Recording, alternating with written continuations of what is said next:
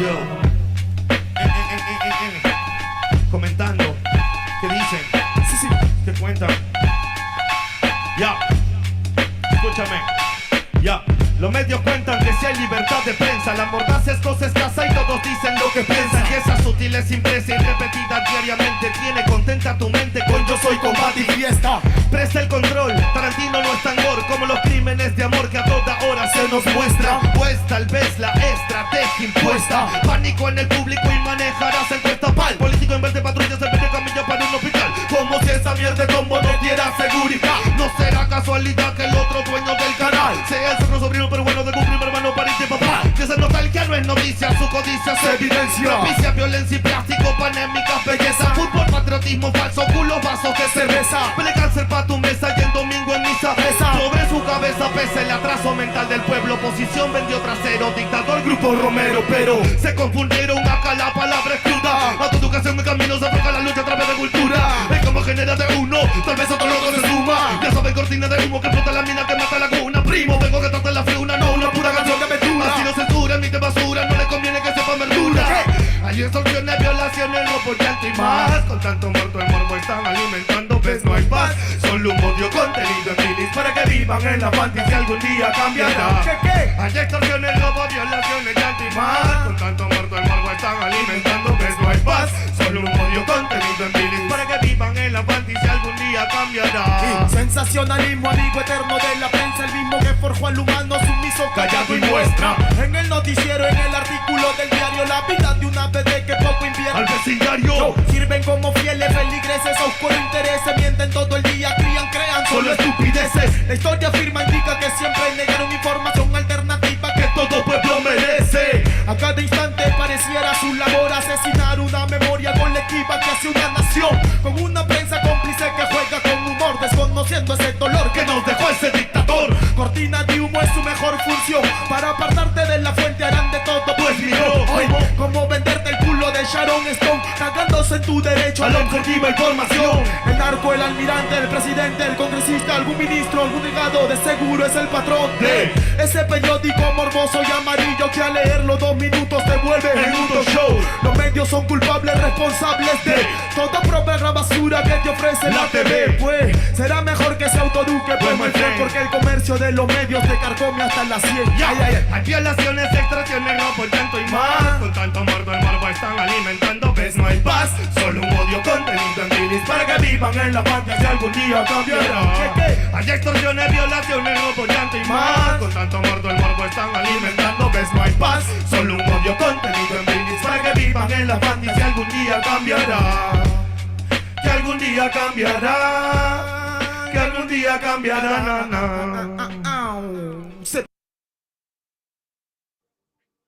Isaiah chapter 58 and verse 1. Cry aloud, spare not, lift up thy voice like a trumpet, and show my people their transgressions, and the house of Jacob their sins.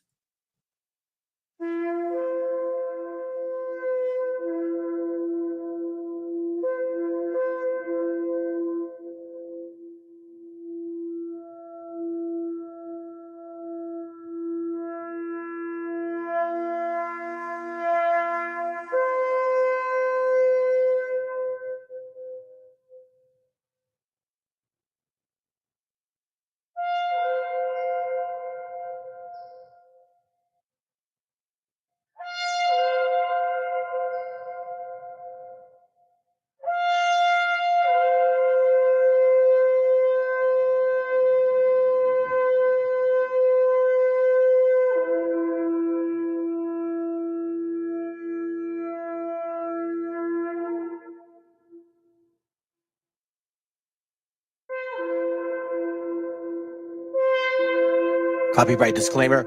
This content does not belong to Bible Chronicles or claim this intellectual property. The content provided today has and always will belong to the content owner.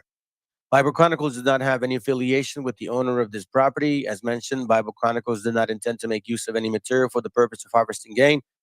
However, Title 17 of United States copyright law states material in use can only be done when it's for theological or general educational purposes, and thus Bible Chronicles believes that this principal material falls under fair use, which honors protection under Section 107 of the same U.S. copyright law.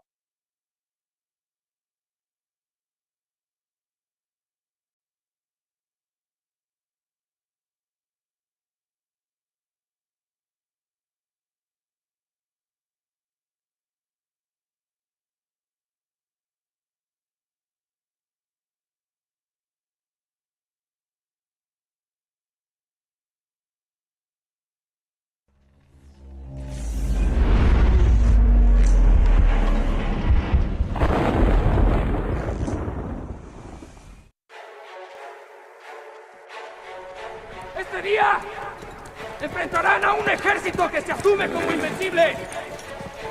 Y es así porque no se había topado con mexicanos dignos.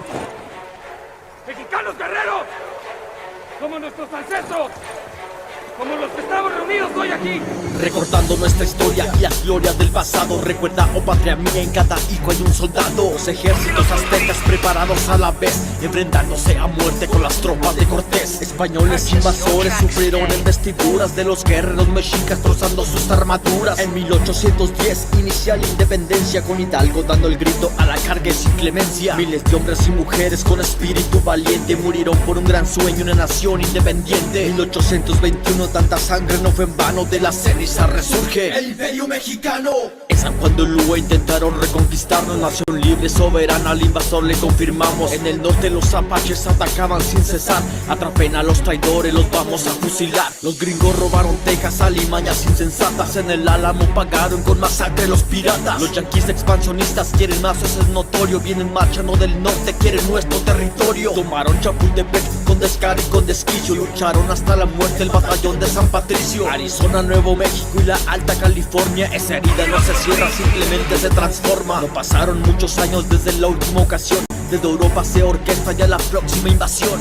El 5 de mayo empezaron las agresiones, los valientes Acapuaxlas pelearon sin municiones. Enfrentan al enemigo con rifles y con machetes, disparen con los cañones, denle muerte a los franceses. En el campo de batalla el enemigo se destroza, la victoria es mexicana, grita Ignacio Zaragoza. Este 5 de mayo, los franceses van a respetar el águila mexicana y van a mirar esta bandera hacia arriba y hundidos en su sangre. ¡Viva México! ¡Pero viva México libre! Porfirio Díaz trajo paz, eso decían las noticias. Derroquen al dictador, estamos hartos de injusticia. Tomen todos sus fusiles, prepárense para la acción. Se escuchan por todas partes, ¡viva la revolución! En esta lucha eterna no se pierde, no se empata. Lema, tierra, libertad, viva mi general Zapata. Que el traidor se le capture en la pared, se le acribilla. Una leyenda mexicana, el general Francisco Villa.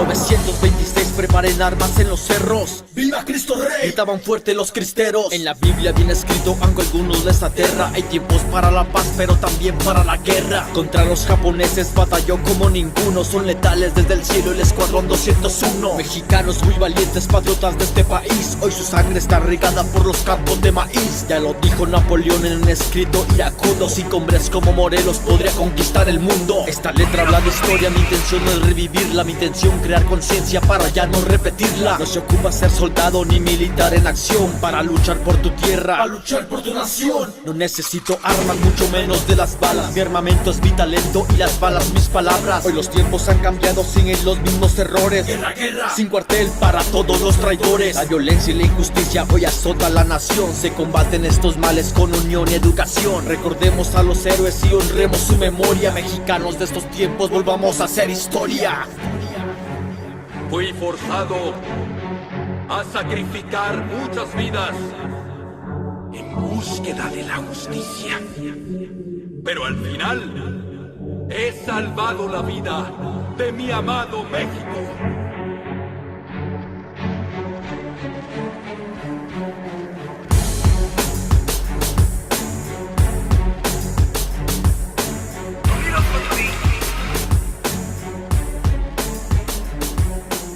Purchase your tracks today.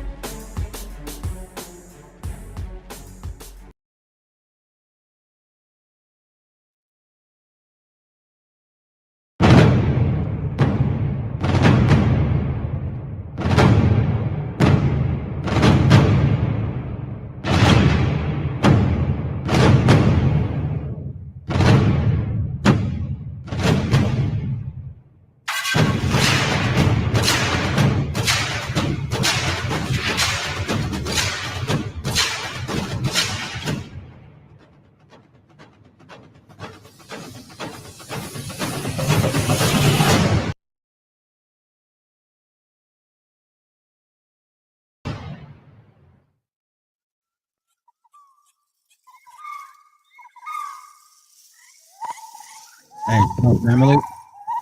Whoa. Yeah, messing with y'all, man. I hope y'all are doing good this evening. I see you, bro. ¿Qué huele, Salome? ¿Cómo estás, hermano? And whoever else is watching, appreciate you guys. If you catch this class later on, all praises. Lord willing, these last few classes have been edifying for y'all. I got something important today, and you know, man, I'm so impressed. I'm so amazed. It just the way the truth just continues to grow, and once you're rooted, more and more is provided, and then you see little birds kind of want to sit among your branches of a grown tree and bring out information to you. Yes, buenas, bien, gracias, brother. And I really love that. And the reason I'm saying this is because man, you know, watching that video like that we just watched, and then what's being revealed. Listen, family. Nobody at this very moment is really or has been identifying these people and bluntly putting it in their face. And honestly, I thought that, you know, it would, you know, like open up people's minds, right? Like the ones that I would expect. And I realize now that the Most High is not here. He did not intend to open the eyes of everybody. And he meant to keep everybody, a lot of people in darkness. And I'm glad that he considers me. Here's why, fam. I have some material. All praises to the brother. Yeah, los Israelitas, los indios somos Israelitas. I appreciate you, bro. This is his way that he contributes, you know, obviously to us. So we got different styles. I'm gonna start the class. Well, actually, the class is called Secrets Revealed, or as the title was. Let me show you real quick. Where are you? This right here.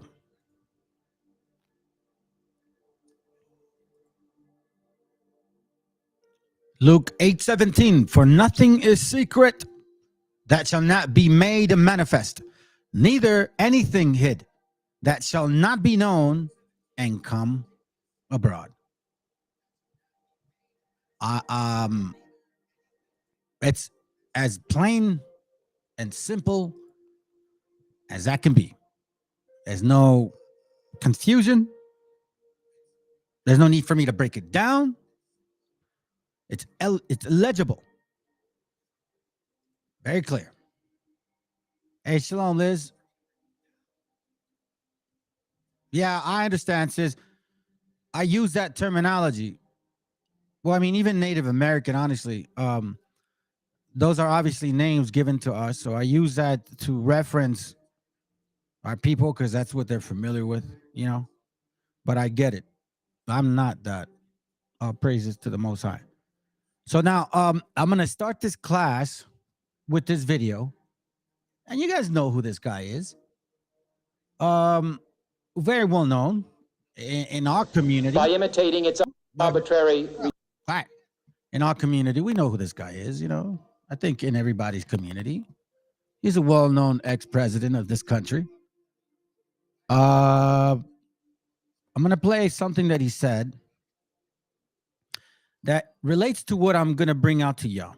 Okay, because I have oh, by the way, so this channel is a Spanglish channel, and you know, I speak Spanish. So the material that I'm gonna read, not the majority of it, but the books that I'm gonna read to y'all in reference to you are in Spanish because they are very hard to find in English. A brother of mine or ours provided it, which is why I'm going to bring it out. Now, I hope that many of you understand Spanish. If you're new to this channel, please get someone that can translate it, okay? Because it's going to really bring out secrets, things that you and I have not known since we were born. We were taught things in school that only allowed us to focus our attention to a particular type of people. And through that secrecy, and through that veil, or with that veil, we never were exposed to the puppeteer, I guess, the people controlling all of this. And I'm going to show you guys why. Because unlike what we are being taught here, never was I even aware that these books were written in Spanish for us to read. Shalom, Julio. All right, so let's begin. Again, this is John F. Kennedy regarding the secret society speech. All right, I'm going to show you this video, and then I'm going to provide you one later on to explain a little bit more of these things, because I am really going to have you guys with a lot of this information now, directing us to who these people are. It's getting, like I said before, family, this rabbit hole is deep. Let's go. All right. in every sphere of human activity. This deadly challenge imposes upon our society two requirements of direct concern, both to the press and to the President. Two requirements that may seem almost contradictory in tone, but which must be reconciled and fulfilled if we are to meet this national peril. I refer first to the need for far greater public information, and second, to the need for far greater official secrecy. The very word secrecy is repugnant in a free and open society, and we are, as a people, inherently and historically opposed to secret societies. And we are, as a people, inherently and historically opposed to secret societies, to secret oaths, and to secret proceedings. We decided long ago that the dangers of excessive and unwarranted concealment of pertinent facts far outweighed the dangers which are cited to justify it. So I want to make sure that, well, I don't like saying that. I say that often. Let's be clear what this man is saying. We decided long ago that the dangers of excessive and unwarranted concealment of pertinent facts far outweigh the dangers which are cited to justify it. Okay? So remember the song that I played earlier? It's talking about that. That's like, I play the songs for the reasons, family, because there's a message behind it. Right? It talks about just the propaganda of who are these people pulling the strings, and how are they involved in it with us? What do they got to do with our history? I'm going to show y'all today that they got a lot to do with our history. A whole hell of a lot. Matter of fact, too much. More than y'all can even begin to believe or even understand or wrap your minds around. If you can't wrap your mind around what the kingdom of the Most High looks like, you ain't going to wrap your mind around this. Because look, here, I'll show you this real quick. I'm not going to read it all, but I love this scripture. Habakkuk 1:5 says, "Behold ye among the heathen," meaning he's talking to us, right? Among the heathen in regard, meaning consider you that are around these other nations, Israel, right? Our people, around these other people, and wonder marvelously. Like when I not look around and like, you know how we wake up sometimes like, man, is this it? Is this all this life is about? Is this what it's about? Just go to work, right? Just like that. Wonder marvelously, for I will work a work in your days, which ye will not believe, though it be told to you. I'll give you this simple translation. Then the Lord said to his people, right, us, keep watching the nations around you, and you will be astonished at what you see. Now, this is also the demons that the Most High is bringing upon them, because they're acting out their spirits. And I praise the Most High to continue, because that's what needs to force us to separate. He is putting the plagues upon them. And that's why he says, keep watching the nations around you. and you will be astonished at what you see. I'm going to do something that you will not believe when you hear about it. And I'm telling you, family, when I started reading and all of these things were being revealed to me more and more, when I was able to connect it with the Bible, because you can read it on your own, and if you don't know the Bible, it makes no difference. It doesn't make any. You can't connect it. But once you're in the Bible first, and then you connect these things, wow, it's called bitter wisdom. I talked about it the other day. Now let's go to this Psalm 64. Man, yeah, I need to bring your notes today because I'm going to bring some important things out today. Okay, fam. This is a very, I'm excited for this class because when I was reading this material, it's literally just it's like moving us to the next phase of the understanding, because only here do we know now who is going to bring out the truth to the real Hebrews of the Bible. Nobody is going to tell us anymore their demon lies. You cannot bring truth with lies. If there's a slight lie in truth, it's not truth. There's no such thing. Psalm 64:2 said, hide me from the secret counsel of the wicked. Meaning, God, please, whatever you do, keep me away from the plans of these other nations that are against me, from the insurrection of the workers of iniquity, because they have a plan. They are workers of what? Wickedness. They're workers of wickedness who whet their tongues like a sword, meaning they use the way to speak in their mind in a destructive manner. Who whet, meaning they sharpen their mouth, their tongue, able to speak like a sword. You know what I mean? To make sure that it's sharp. And bend their bows to shoot their arrows. Even better words. So their attacks are these particular psychological warfares that we are experiencing right now as a people together. This is it right here. Wabos. Oh, no, you guys aren't the people of the America. We're the people of the America. Now you got Africans saying that they're from here. You natives are not even from here anymore. You indigenous people, my brothers, that we're not from here no more. And then you got Hebrew converts who say definitely we're not them. And then we have some that say, oh God, man, you know what I mean? Like this, we are surrounded with these bows and arrows, bitter words that they may shoot in secret at the perfect. That's why in verse 2 it says, hide me from their wicked consultation as a nation together against us. Suddenly they do shoot at him and fear not. You see that? Suddenly they shoot at him and fear not. So they shoot at us and they're not afraid of what's the repercussions anymore. You guys see it all around us. You see how they're treating our gente, man. It's unbelievable. And not every color now. It don't matter no more. You got these so-called African Americans acting like white folks, which I never even could wrap my mind that they would even come to this point where it would be that racist. Like they're getting racist as hell. So now they encourage themselves in an evil matter. They commune of slaying snares privily, meaning they all commute together to set traps in us. Hey, listen, y'all gonna teach that wobble crap. You're gonna teach this other crap. You're gonna teach this other crap. You're gonna give them Christianity. You're gonna give them this understanding. You're gonna give them drugs. You're gonna give them alcohol. You're gonna destroy their spirit. Why? Who shall see them? Because they fear not. They search out iniquities. They've done their homework on us. Why do you think the majority of our indigenous people suffer from alcoholism? Because those are called spirits. They accomplish a diligent search, both the inward thought of every one of them and the heart is deep. Don't think that this is just one nation of people, family.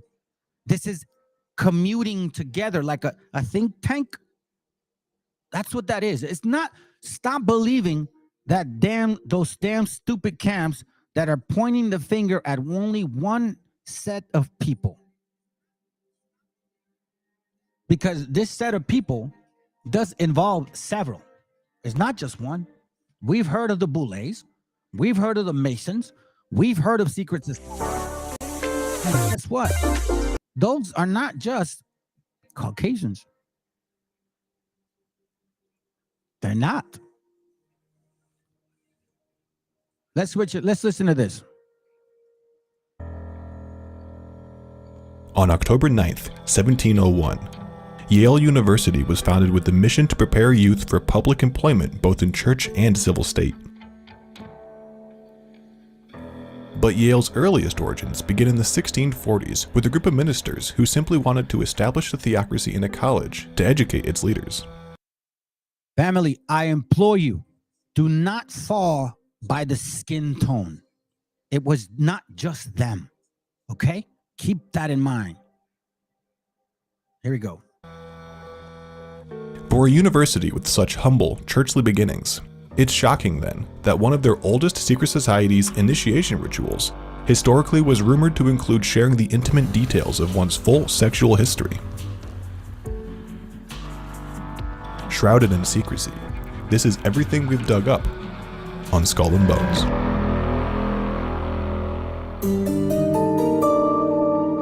Founded in 1832, Skull and Bones is the oldest of Yale's many secret societies.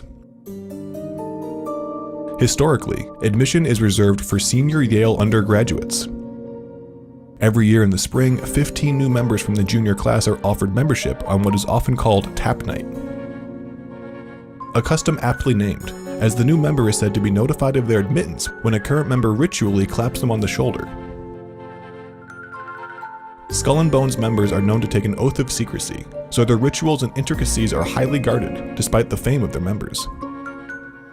One thing we do know is the physical location of the Skull and Bones clubhouse and headquarters. The nearly windowless building, simply known as The Tomb, is housed in a large brownstone located at 64 High Street in New Haven, Connecticut. To preserve confidentiality, non-members are prohibited from entering. The macabre decor of the clubhouse is well suited to Skull and Bones' distinctively ghoulish spirit. The tomb is said to be adorned with skeletons, skulls, and other dark works of art. There is a popular rumor that the stolen skull of the Apache leader Geronimo is a relic that is housed within the tomb's cadaverous walls. In 2009, Geronimo's descendants attempted to sue the organization to get the skull returned to them, but were unsuccessful. Portraits of its distinguished members line the walls of the tomb as well. Portraits that might feature such esteemed bonesmen, like former presidents George W. Bush, George H.W. Bush, and William Howard Taft, as well as the father of American football and the founder of the NCAA, Walter Camp, the man who helped create the Hubble telescope, Lyman Spitzer, Time magazine's founder Henry Luce, Supreme Court Justice Potter Stewart, former Secretary of State and Senator John Kerry, the so-called richest man in private equity with a personal net worth currently valued at $15.7 billion, Stephen A. Schwartzman, political journalist and author Dana Milbank, and the youngest member of President Obama's cabinet, economist Austin Goolsbee.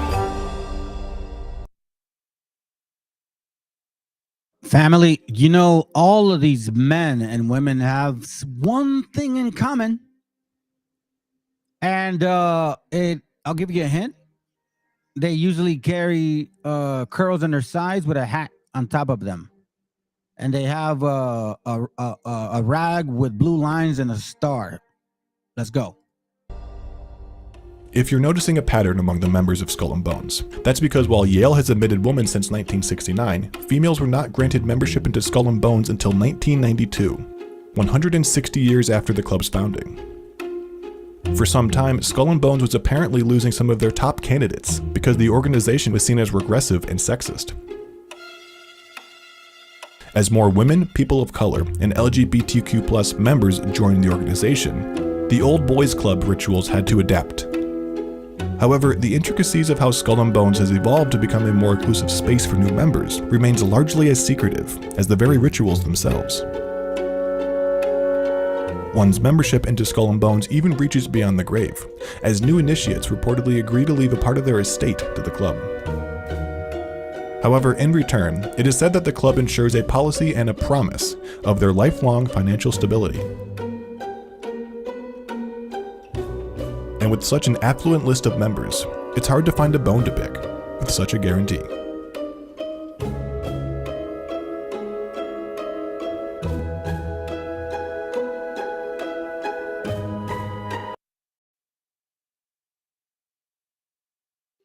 I got one more to show you.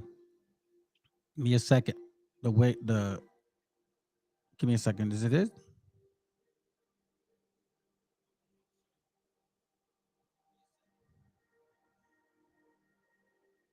Hold on. I had it once. Here, maybe I'll get it here. Give me a second, fam. Oh, I thought I had it.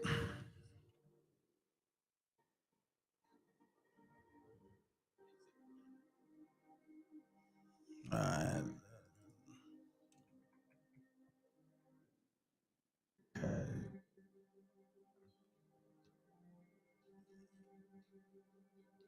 let me see it. This guy has it. Let me see if I can find it.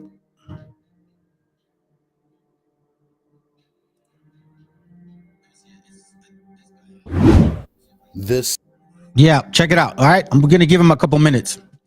Again, this is not my material, but again, this is what we found out on these guys, and this dude is helping us out. That's how I see it. Let's go.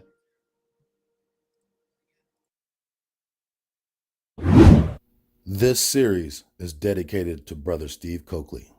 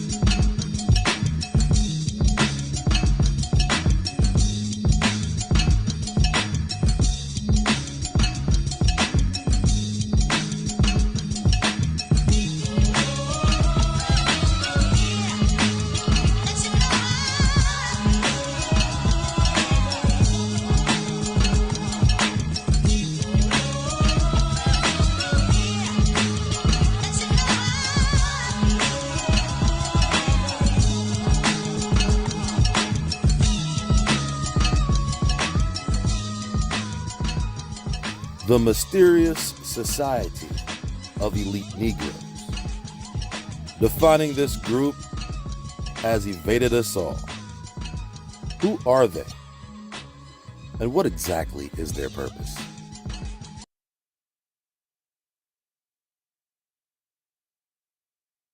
Hey, that's what I'm saying, bro. Like, you know what I mean? Like, look. Wait a minute. Who are you? Who the hell are y'all? Right? You got to start wondering. Listen, this is getting deep. Ain't no one else exposing these suckers, man. I don't know who. It's like, come. Okay. I'm not saying it for any credit. It's like real obvious who they are to us now. Jeremiah chapter 33, verse 3, it says, call unto me, and I will answer thee, and show thee great and mighty things, which thou knowest not. Why do you think when Habakkuk 1 says, booyah, I'm going to show you something that's going to surprise you. When you see it, you ain't going to believe it. MLK surrounded himself with Freemason pastors as well. All of these guys, Freemasons, Boulets, what do you call those other guys? Secret Society, Skull and Bone. All of these people here are literally what they call principalities and powers.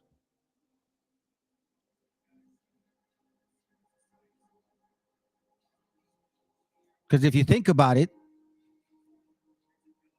call on. Oh shit, my bad. That's why we call on the Lord, fam. Because without His understanding, we would never find this. Without His understanding, we would never. It says, call unto me, and I will answer thee, and show thee great and mighty things which thou knowest not. It says, for thus say the Lord, the God of Israel, concerning the house of this city, and concerning the house of the king of Judah, which are thrown down by the mounts and by the sword. Yeah, all of them are, bro. They are part of it. That's why when you see the little, symbolic thing with their hand, that's what it is. That's what they are, bro. But you can't listen. And this is why. Here, I'll take you. Let's go to Amos. This is why this is important.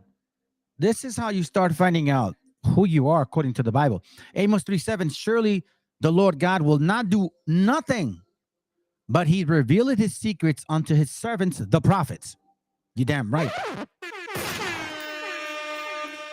And that's why when the Messiah came, this is why He spoke to us in this manner. Because not everybody was Israel at that time anymore, fam. You had Herodians who are not our people who were in leadership positions. Several Pharisees were in leadership positions that were not our people. Sadducees, I'm telling you, family. I'm telling you, the Babylonian Talmud was already being taught at that time. And however you want to transfer it into the Talmud, it was already being taught. You had much philosophy at that time. You had many wicked ass people, which is why Matthew 13:10 says this, and the disciples came and said unto him, why speakest thou unto them in parables? So he's like, why you talk to them in parables, man? He answered and said unto them, because it is given unto you to know the mysteries of the kingdom of heaven, but to them it is not given. Do you hear this? Because it is given unto you to know the mysteries of the kingdom of heaven, but unto them it is not given. This is why He spoke to us in parables. Verse 16, blessed are your eyes, for they see, and your ears, for they hear. As straight up, that's it. You guys get it. You getting it, bro. All praises to the Most High. That's exactly where I'm going with. And they did it then. They did it now. They're doing it again, all over again. You're gonna find out the secrecy of how they literally have hidden particular people that were involved in the conquest of our nations. Hold on, what's going on here? See, seriously, you would think that they would share this information. And see, this is where this whole parable of the sower is explained, okay? Why it is important for you, family. Do not be deceived by what you see or what people post, or if you're on Facebook and then they say, well, we don't see you guys in these camps waking up. Don't be deceived, family. Check this out. Matthew 13:18. Hear ye therefore the parable of the sower. When anyone heareth the word of the kingdom and understandeth it not, then cometh the wicked one and catcheth away that which is sown in his heart. This is he which received the seed by the wayside. Meaning it was never meant for them. But he that received the seed in a stony place, the same as he that heareth the word and anon with joy and receive it. Right? Like, oh, shoot. Yeah. Yet he had not rooted himself, meaning he's not patient. He wants everything now. He doesn't realize what it's being asked of him. You're a Hebrew of the Hebrews, brother.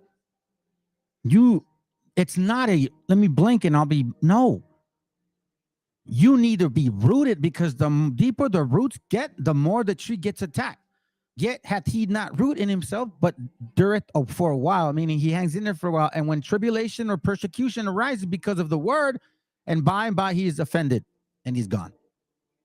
Like, for example, those times when they tell you guys aren't Israelites, and then, man, F with the book, bro. I'm out of here. Your emotional being. You got offended. You didn't endure. You're not waiting till the end. Moses didn't see the promised land. Abraham didn't either. Yet he had not root in himself, but verse 22. He also that receiveth seed among the thorns is he that heareth the word, and the cares of this world, and the deceitfulness of riches. Meaning, you wake up, you actually start helping your people, but then you make it about not the Most High. Then money comes in. Then women come in. Then lust kicks in. Then attention kicks in. And vanity eats you in half. Choke the word and become it unfruitful.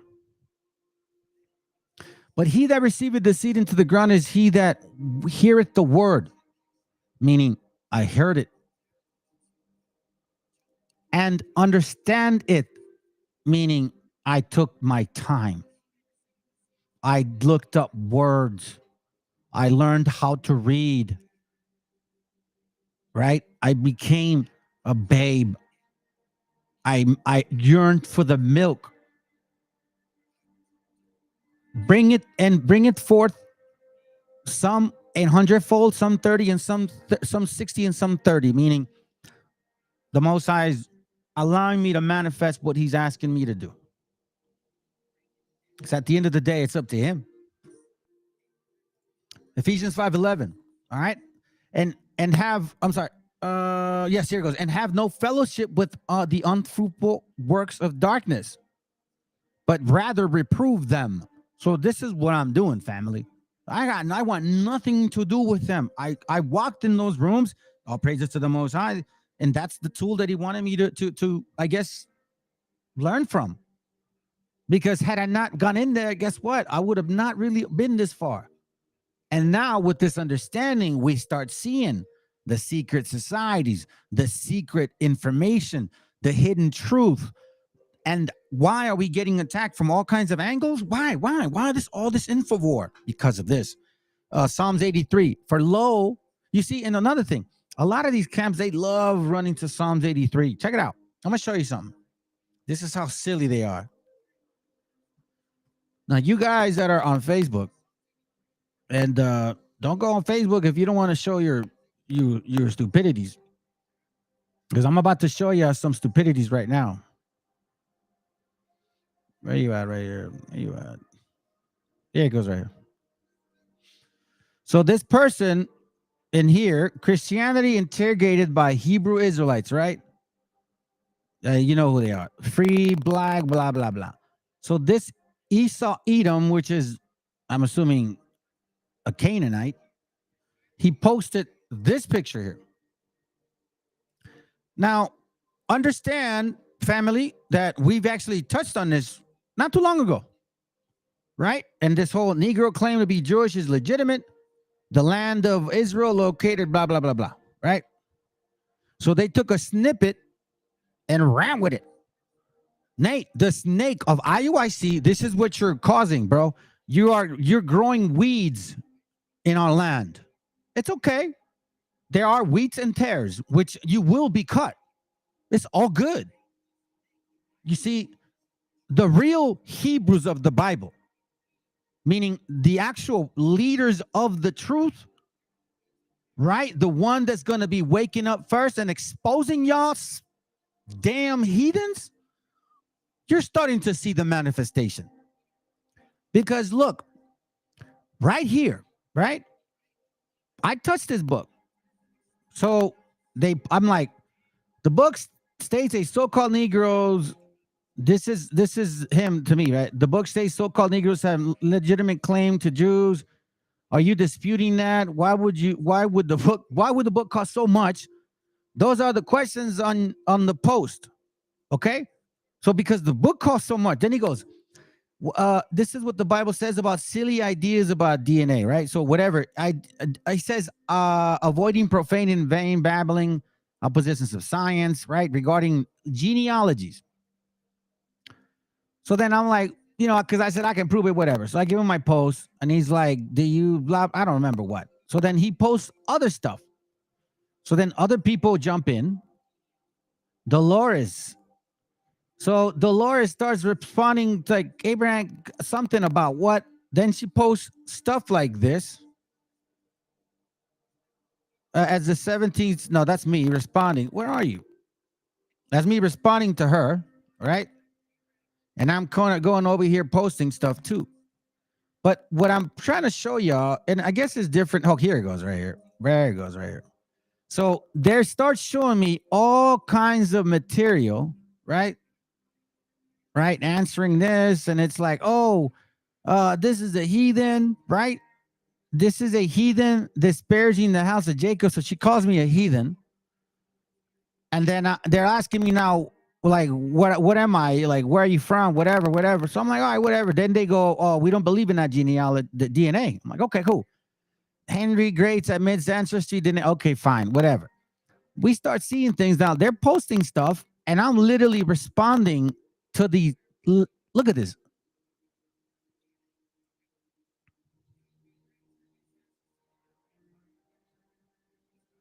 You see what I mean? So now, what it came to be a 12 tribe chart group, now they're exposing themselves to be the actual people, like black onlys. See, there goes right here. So it starts off with these typical, Zondervan Bible, dumbass roots. They hate us because we are the children. Okay, cool. It's literally like all of this, right? Right, just dumb. All they're doing is tagging me on like videos.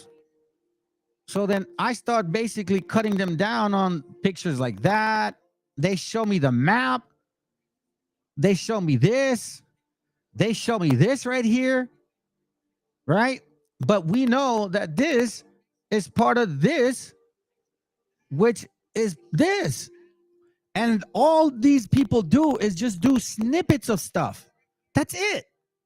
That's all they have. And I say, hey, prove to me this, prove to me that, answer this, answer that. And they cannot. They cannot. I'm like, okay, Deuteronomy, this, boom, boom, boom, boom. Okay, Abraham came out of where? Boom. Nothing. They laugh because they're nervous. You see, family, I remember when I first came into this so-called walk, and somebody was telling me that I was not an Hebrew Israelite and I was this other people, white people.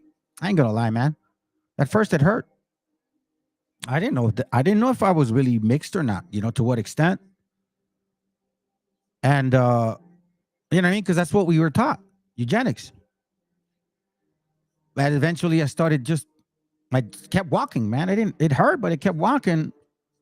What I mean, when I was attacked, it was a spiritual attack. It would like drain me. It would take my air out of me. And you see, the beautiful things now, family, is we're taking excuse my language, and I know y'all are doing Sabbath because it's not my Sabbath. My Sabbaths are lunar. It's tomorrow. Excuse my language. Fuck their spirit, man. We're taking this back. This is our book. And I don't mind if y'all want to keep the laws, but don't claim to be someone you're not when none of the curses, or at least 60% of them, don't fit you. It says, for lo, they have taken the tumult, and they have and they that hate thee have lifted up the head. Where did they come from? Europe. They have taken crafty counsel against thy people, consulted against thy hidden ones. If you guys recall, they were having trouble coming this way. They have said, come, let us cut them off from being a nation, that the name of Israel may be no more in remembrance. For they have consulted together with one consent. They are confederate against thee, against us. They commune to lay snares. There's nothing new under the sun, family. So now let's get in the book. This is from let me see, I get you, brother. What's it? Despite conquest, invasion, persecution, persecution, colonialism, we come out with a stronger spirit. Them Africans are destroyed mentally and have always been twisted spiritually. No logic or common sense. Not at all, brother. Not at all. Check it. This is from a book called Pautas de Convivencia Étnica en la América Latina Colonial. I'll give you guys the link here. Go to page 27. And we're going to read to page 29. And I'm going to try to read fast, but with clarity, okay? So I'll start right here. Let me magnify. Whoa, damn, that's big. All right. Yep. Yes, sir. All right, here we go. All right. So if you guys don't speak Spanish, get a translator. Get an app and play it and listen to it. All right, here we go. Page 27. It reads, la evidencia más temprana de los conquistadores negros que hasta ahora se tiene en las colonias españolas también data de 1502, ¿ok?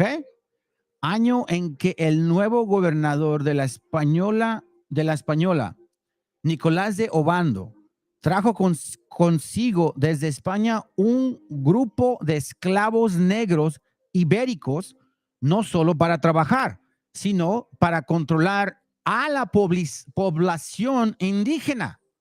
Did you guys see that? It wasn't just enslaved or to work.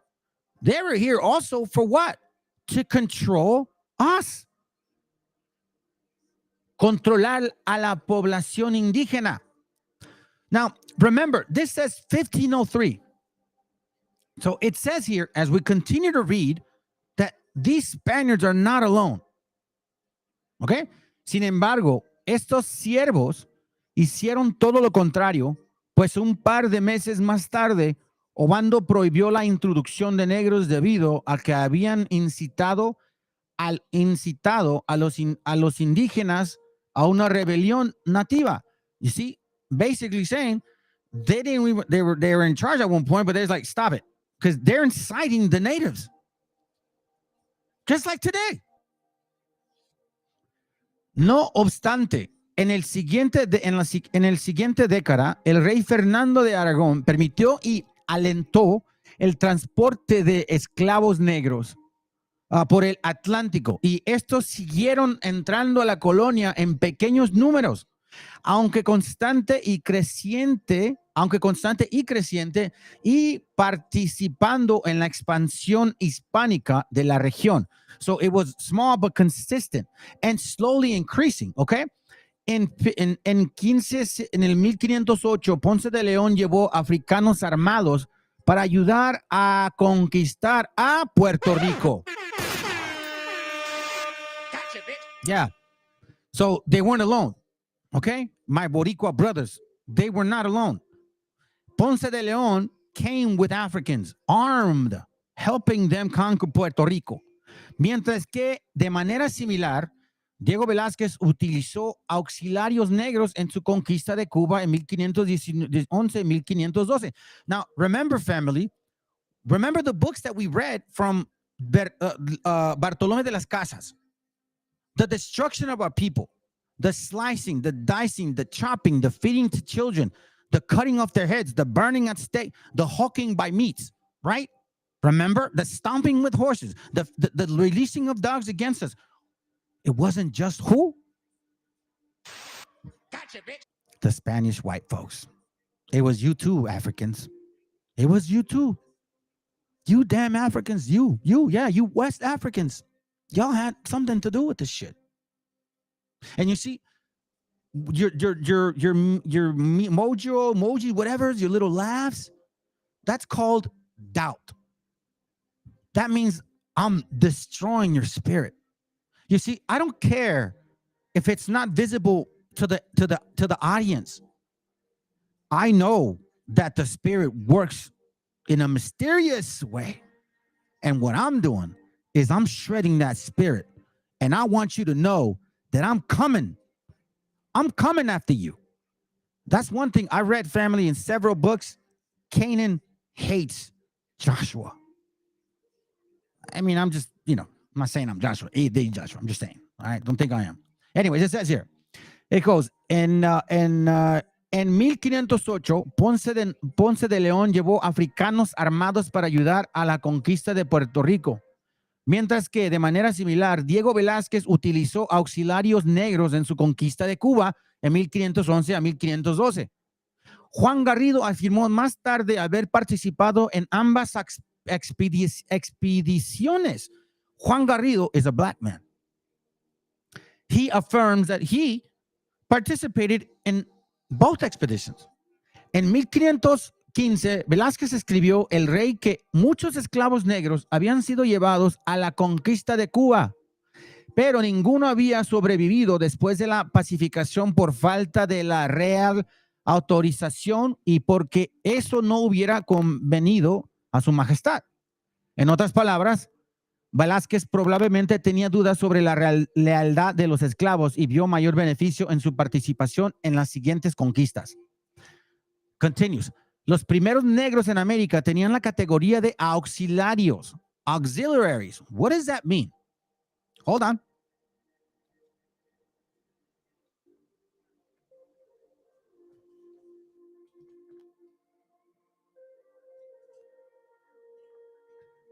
It means providing supplementary additional help or support. Let me read that for you, bro. Romans 8:28, and we know that for those who love God, all things work together for good. For those who are called according to his purpose, the Holy Spirit works in mysterious ways. Yes, sir. Why are they not all over Benin, Sierra de Leone, Congo, and all of them tribes they came from, bringing out their West African sources to prove they're Israel? Because going to Africa proved they are Canaan. Exactly. And that dumb map, it's literally that map. I don't know why they keep using it. Listen, Canaanites, read the book. It'll tell the page before. Okay, matter of fact, look. Anyways, the page before, it's literally saying the point. It's saying these are converts. Let's continue. Los primeros negros en América tenían la categoría de auxiliarios, meaning the supplement, the help. Kind of like you got the Marines and then you send the army. First send the Marines, then you send the army. Solo algunos estaban armados, ¿sí? Some were armed, aunque la mayoría desarmados, the majority were not, okay. Probablemente sumaron en los viajes de exploración en la década de 1990 varias docenas, tal vez hasta 100. Meaning several dozen, even 100 dozen, meaning 1,200 people? Is that what you're saying? Between 1502 and 1510 fueron utilizados como agentes mercantiles, meaning mercantile agents, supervisores de grupos mineros indígenas. They were in charge of the mines. We know how our gente died in the mines. They were being overworked and not enough feeding. This is why people were dying. And then they go and bring Africans from over there because they were feeding their people and not feeding us. You see, family, when you look at the atrocity of those type of people, you look at the people today and you think, okay, with the white man or the black man, who looks more like they would do something like this, like feed us the dogs, chop us the bellies and stuff? Who's acting out right now more of that animalistic attitude? Y'all be the judge. It says here, all right, supervisores de grupos mineros y indígenas o sirvientes personales. Después de 1510, mientras crecía a grandes pasos el flujo de negros, while the flow of Negroes was coming here from the old world to the new world, right? También el sirviente negro le volvía omnipresente en las empresas españolas y en las viviendas de Américas. See, he was omnipresent here the whole entire time. It's like he was the shadow of the Spaniard. Wherever he went, they went. The right-hand man of the white man. Watch this. It says here, los burócratas españoles en las colonias rápidamente escribían sobre los esclavos negros que resultaban indispensables para el imperio por su fuerza y vigor. You see that? They were indispensable because of their valor and their strength. a pesar de que parece que hubo algunos conquistadores negros desde antes de 1510, entre ellos Garrido.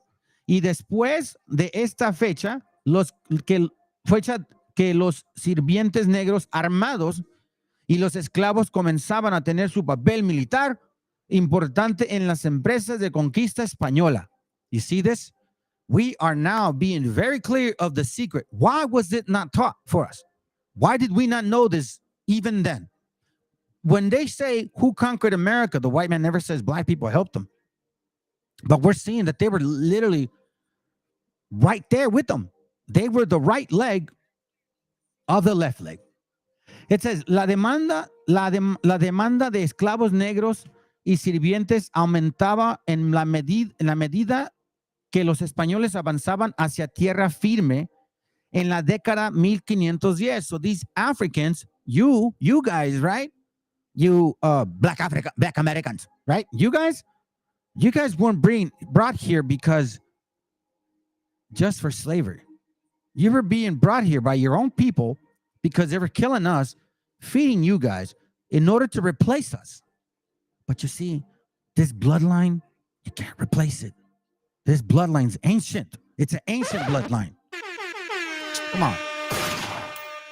It says here, demanda cubierta con mayor facilidad como cuando la corona empezó a repartir más licencias para importar esclavos y se permitió la entrada de más negros libres, free slaves, free negroes, I'm sorry, not even slaves, y mulatos con los colones españoles. You see that? Negroes and mulattoes. You guys were already mixing a long time ago. That's why you see some black folks that don't look like all Africans, because that's what they were doing, mixing with Spanish. So listen, the real mutt is you. You're the mamzer. Fopi. You're the mamzer, Fopi. We're showing you right here. Y'all better learn some Spanish. Fake ass Judah. Y'all ain't Judah, man. Give me that shit back.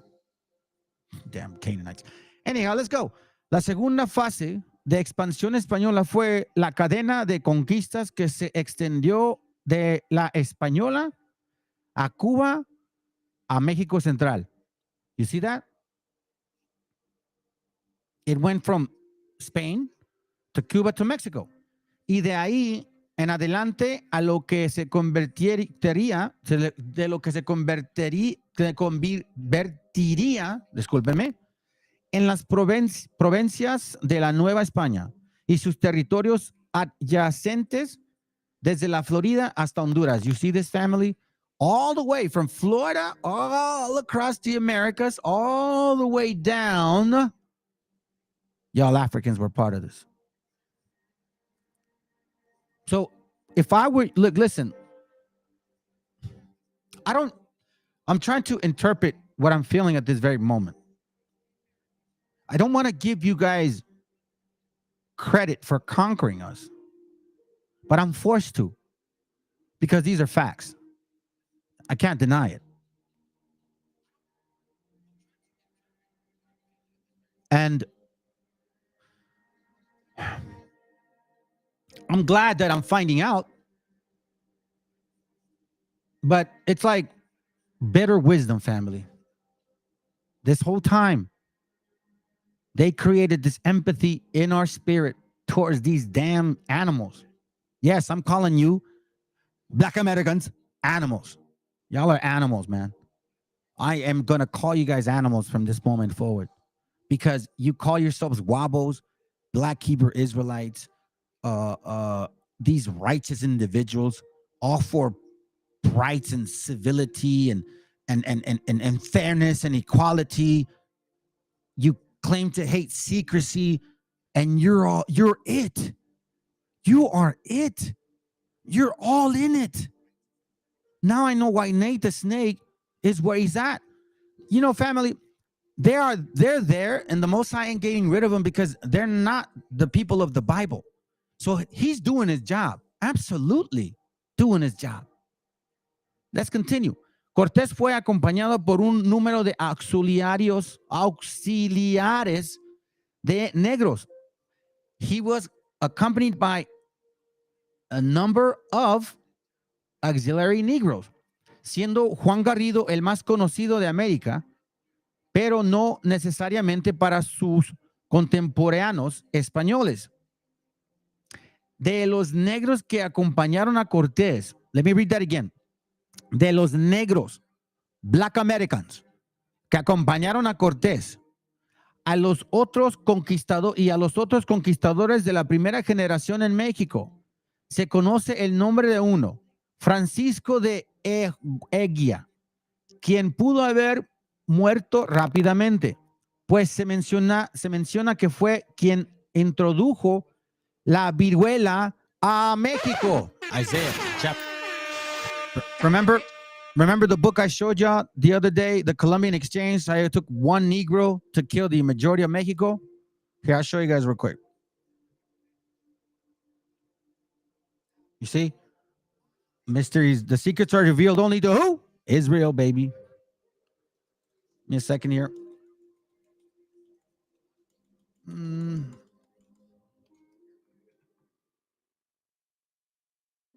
Hold on.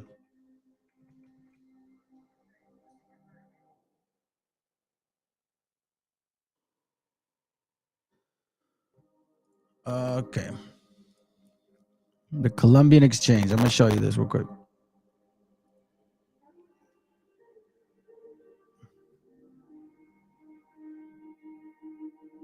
Oh yeah, that's when this was way before I was in the Truth family.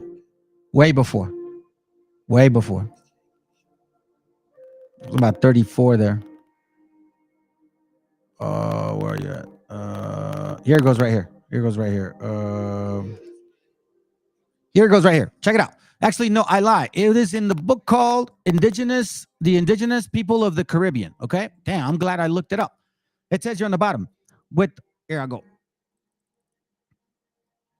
With the man of Narvaez had come a black man suffering from smallpox, and he had infected the house of in Sempoala, where he was quartered. And it spread from one Indian to another, and they, being so numerous and eating and sleeping, right?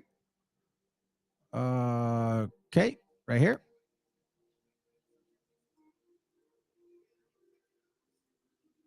Sleeping together quickly infected the whole country. The Mexicans had never seen smallpox before and did not have any European meager knowledge of how to deal with it. The soldier chronicler, Bernal Diaz del Castillo, called the Negro a very black dose for Mexico, for it was because of him that the whole country was stricken with a great many deaths. You see that? That's why it says here.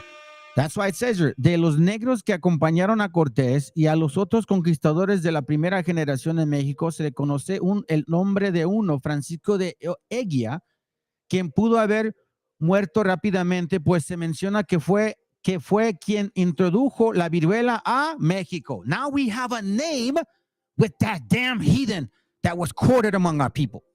His name is Francisco de Eguía. You see, what is in the dark will be revealed in the light. And you know, it's funny. We had people watching, fam, and we got like 3 of them that left. I'm sorry if I hurt your feelings, bros. Oh, I guess you guys were fopies. I guess popies were watching us, and as soon as I said what I said, it hurt their feelings.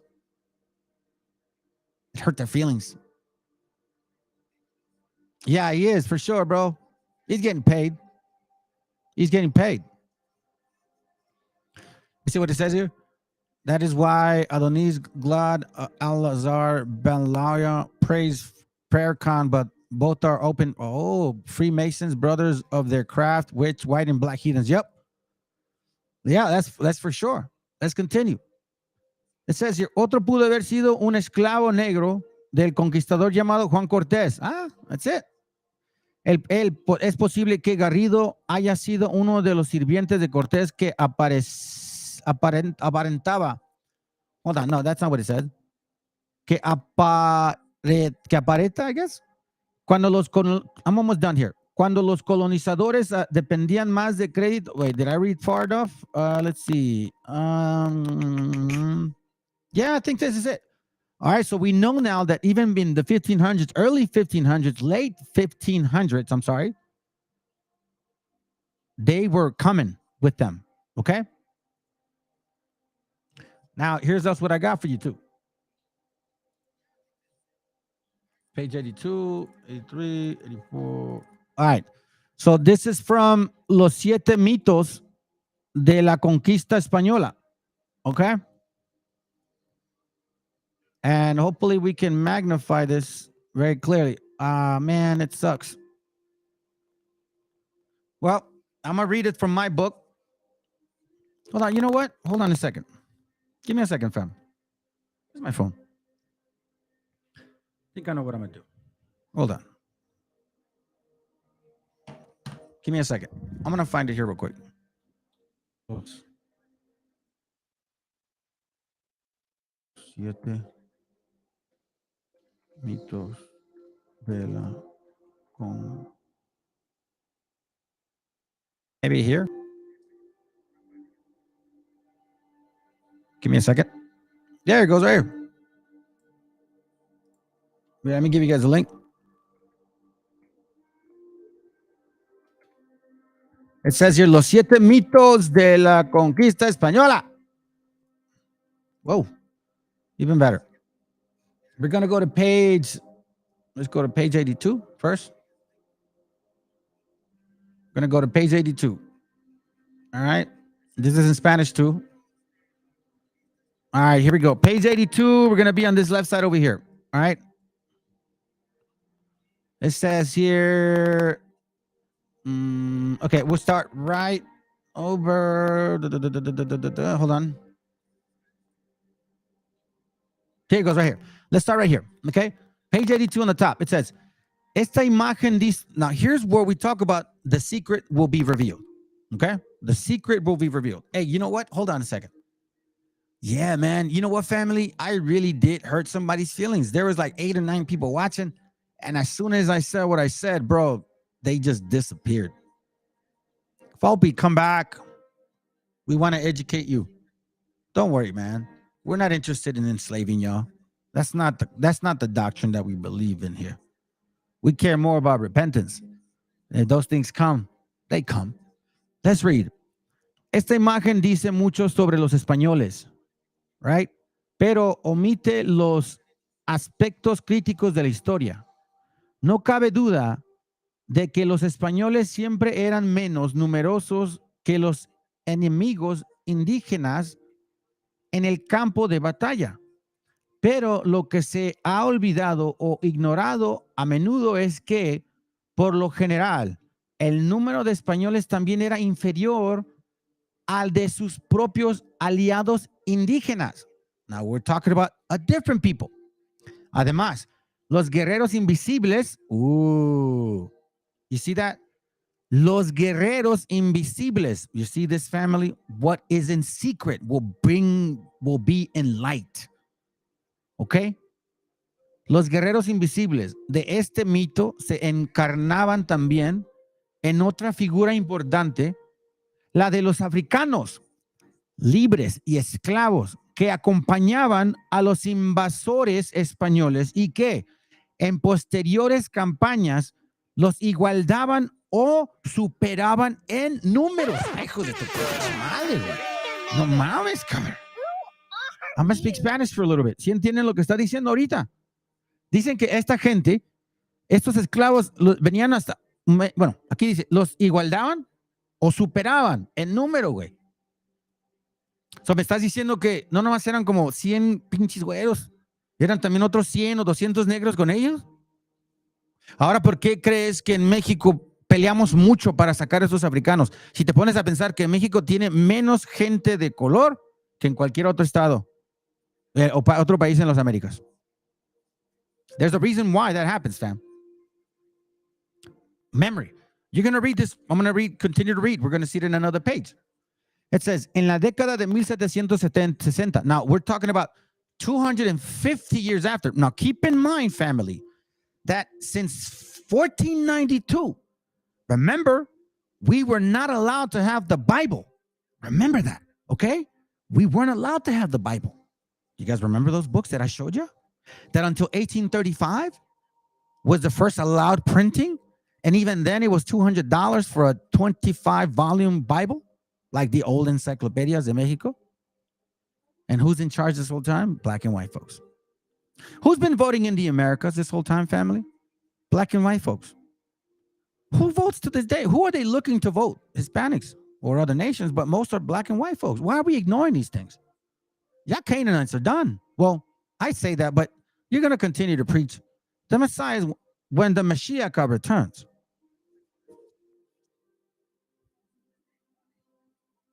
We look forward to that day. Lord willing, we make it and we get to see it. En la década de 1760, un fraile italiano de la orden de los capuchinos, llamado Hilarione de Bergamo, realizó un viaje por México y posteriormente redactó una crónica.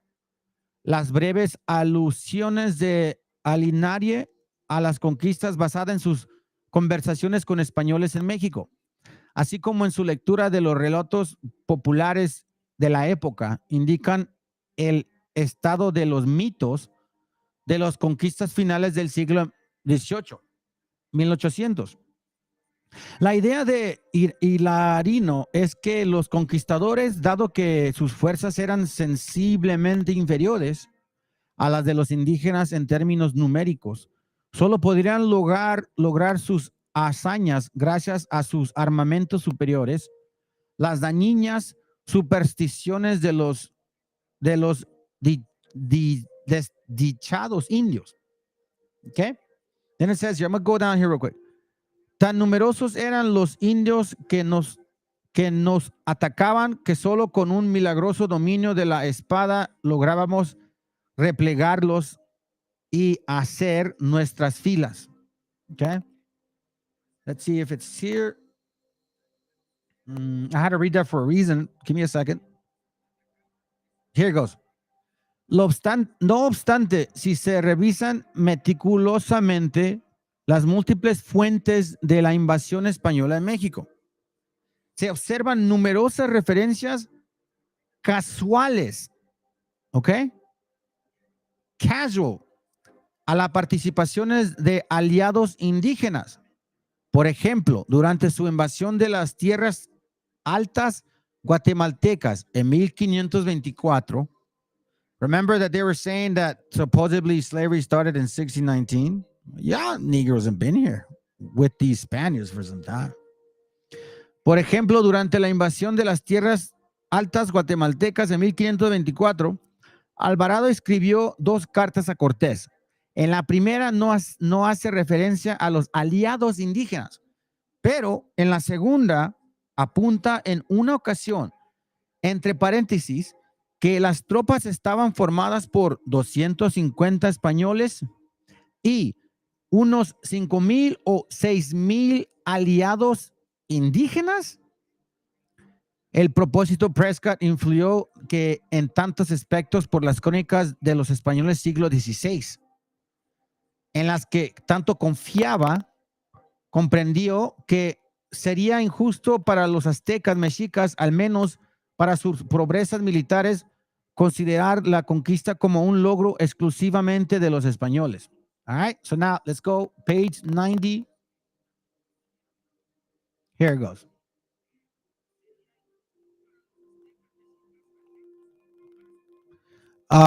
Second paragraph. Los pueblos indígenas proliferaban por doquier en las expediciones de conquista, junto con los españoles, ya fuera como grupos de guerreros huesotz, I can't say that, huesingos, que ayudaron a derrotar al imperio mexica, ya como de Nahua de Azcapotzalco, que conquistó con sus hombres un pueblo maya. Hold on a second. It talks about the people that helped them. Let me see if it's over here. Give me a second. Como la victoria, líderes cristianos, pública española como principal, aspecto, casodas. Un momentito, Hold on a second, family. Okay, here goes. On the bottom, it says to the right. La presencia y la función de los africanos En la obra no se interpretaban del mismo modo en los diversos sectores de la población de la antigua Ciudad de México. You see this? Their presence wasn't really like brought about in any publication in México. Para los españoles, el papel de los africanos e indígenas recalcaba la idea de que los no españoles que participaban en la conquista eran simples agentes armados del colonialismo o meros actores del conflicto militar. Para los indígenas, la función de los negros era agridulce. ¿Sí? It was sour and sweet. Pues por una parte representaba la colaboración militar africana en la invasión española. You see this? That the African nation collaborated with the Spanish nation. Pero por otra era la parodia, the parody, de dicha invasión a través de su representación como una misión completamente africana. Basically saying the parody is that the invasion was completely African. There was more Africans in the invasion than there were Spaniards. So you Africans were really the ones that did the conquering. Extensiva incluso a la propia monarquía. Para los africanos, su entrada en escena a caballo era tal vez una afuna celebración de su proeza militar. Just like Nate the Snake, he came in with a horse. This is what it's saying. For them, it's like a prestige, I guess. I'm on a horse. I'm on a horse hack.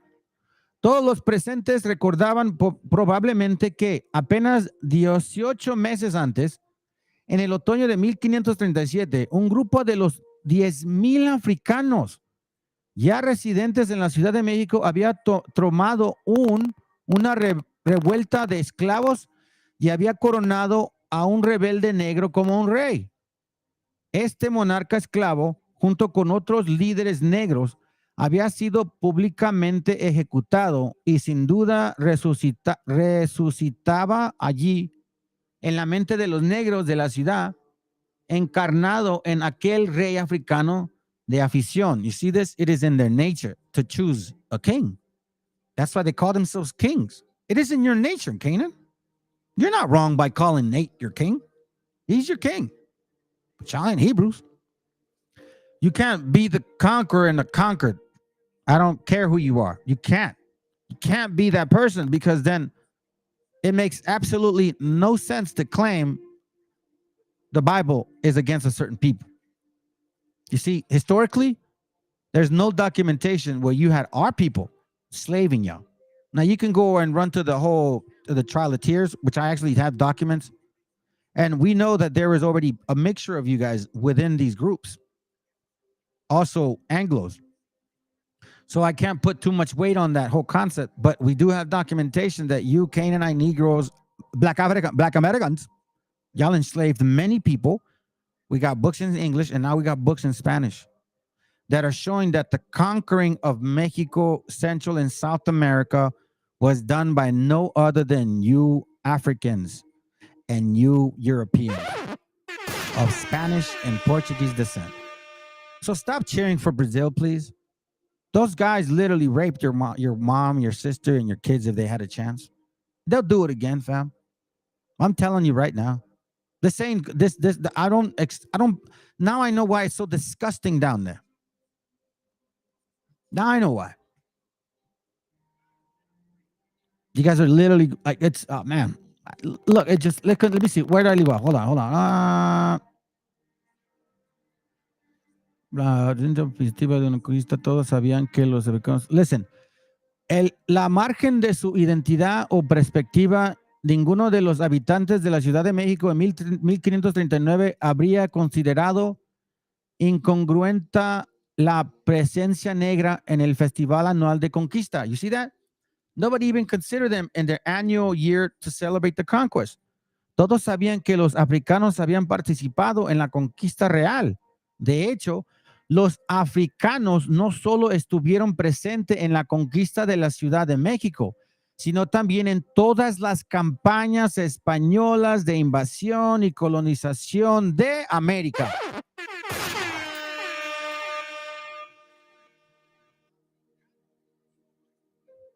See, you Africans were not just part of the conquest in Mexico. You were part of every campaign that the Spaniard came in. You invaded us with them and colonized us with them. And now these books that I read, and remember, family, the dogs, the conquest, remember that class? Who released those animals on our people? The very same people that claim to need reparations. Now I know why when it comes to, I'll be carnal now. When it comes to jail time, we deal with the white man first. Because at least with them, we know that how they are. They'll tell you they hate you. They'll tell you they don't like you. They're racist as hell. They'll tell you in their face.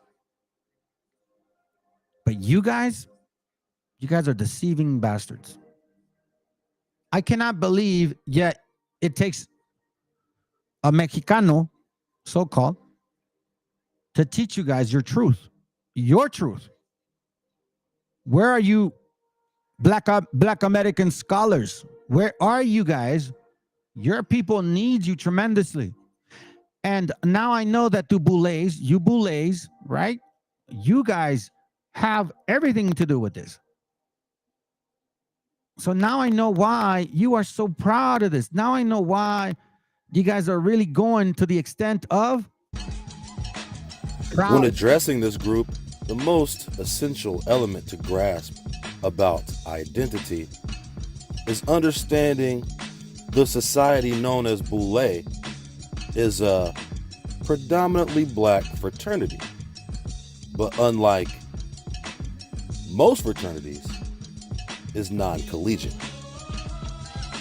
Becoming a member of this fraternity is contingent upon several qualifications. Among the most paramount is excellence of performance in one's field.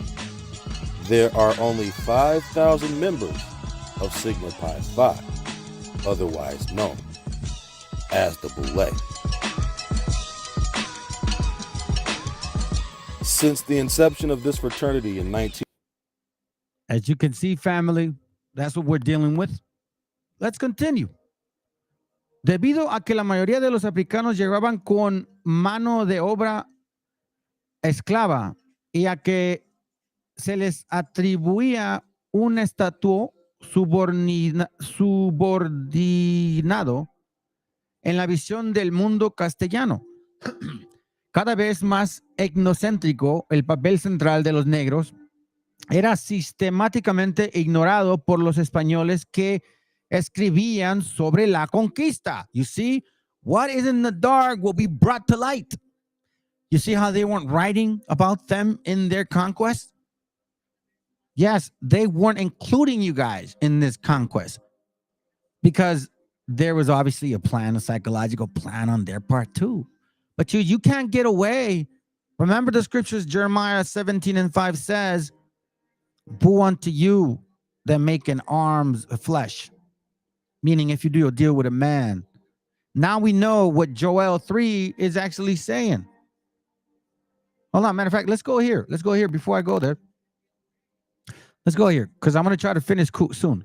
I want y'all to enjoy the rest of your night, okay? Luke 8:17. It says here, for nothing is secret that shall not be made manifest, neither anything hid that shall not be known and come abroad.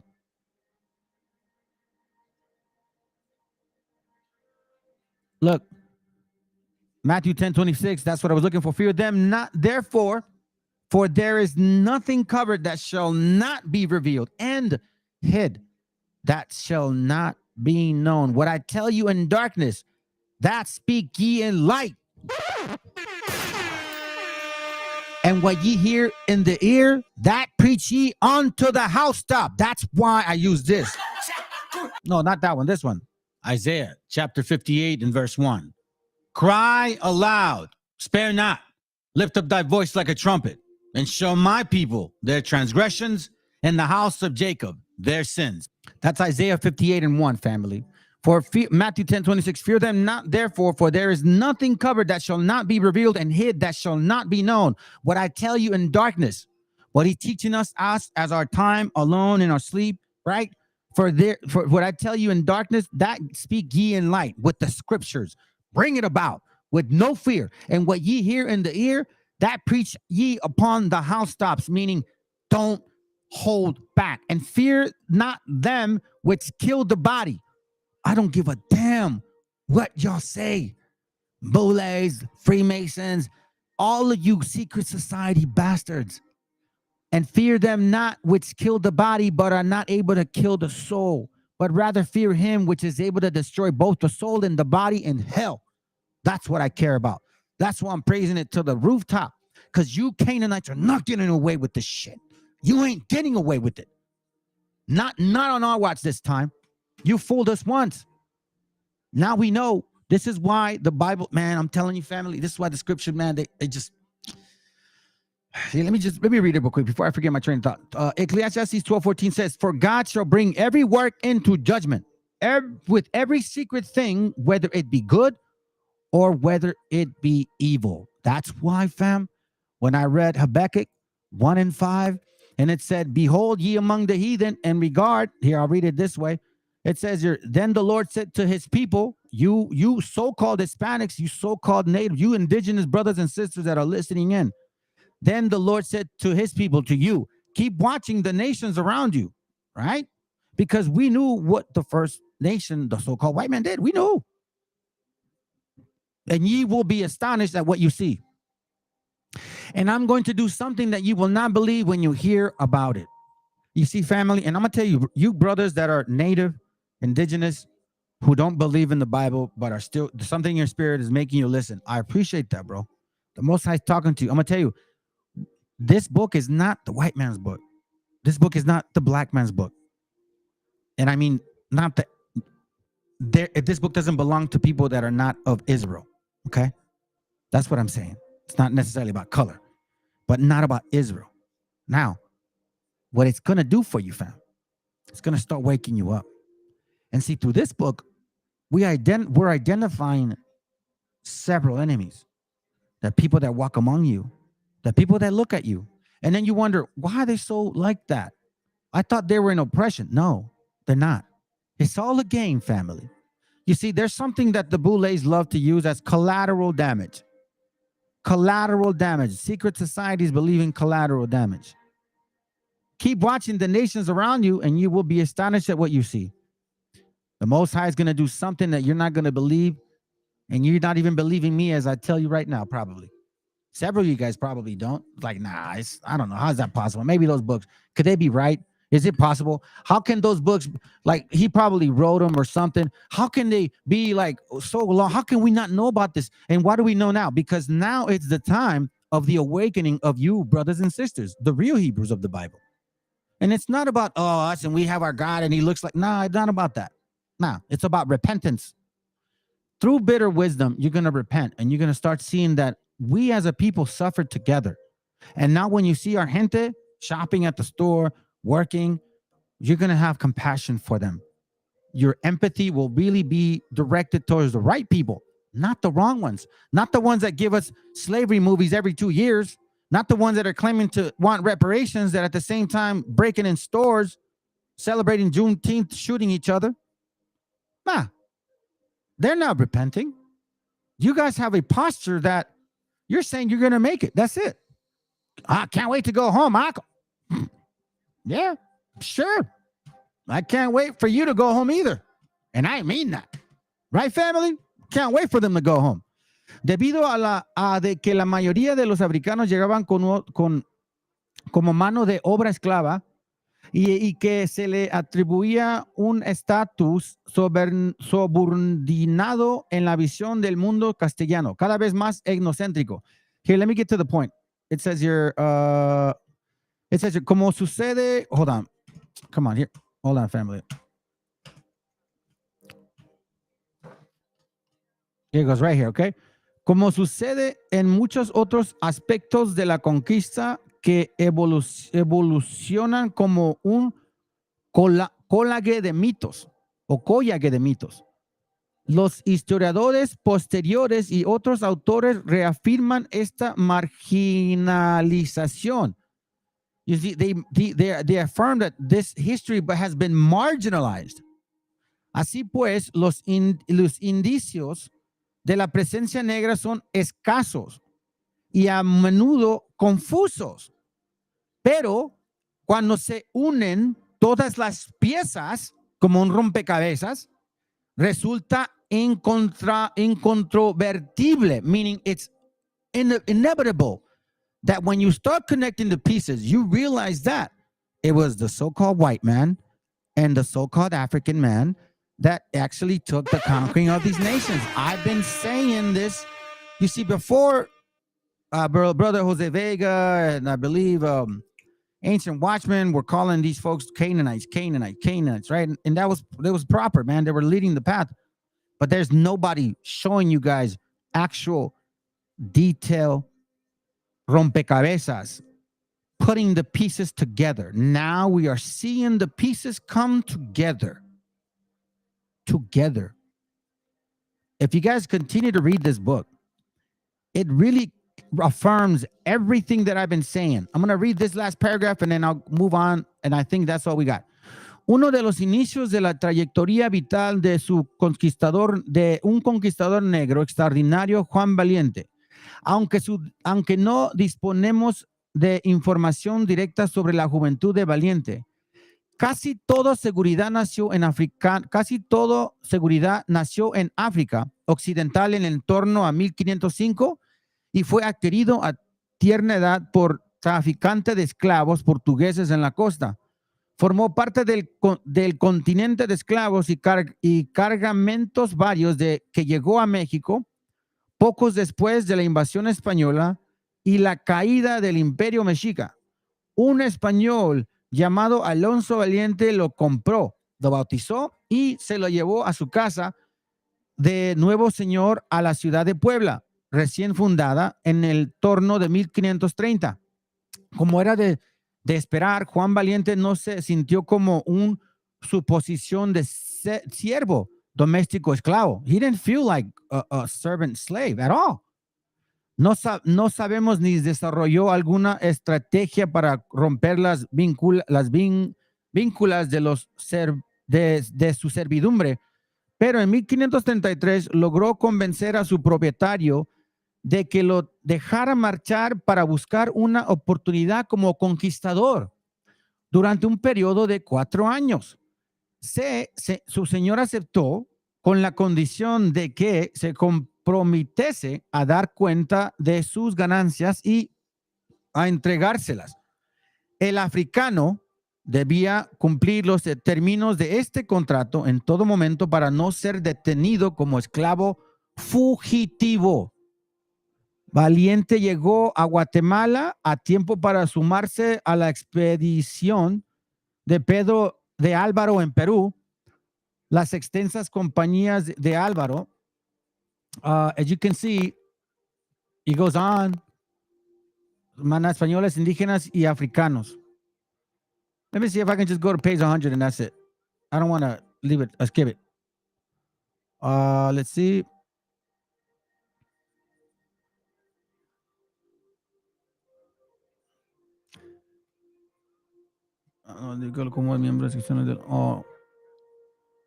It's talking about the different expansions here, the different, man, I wish I could read the whole thing to you, man, but it's a lot.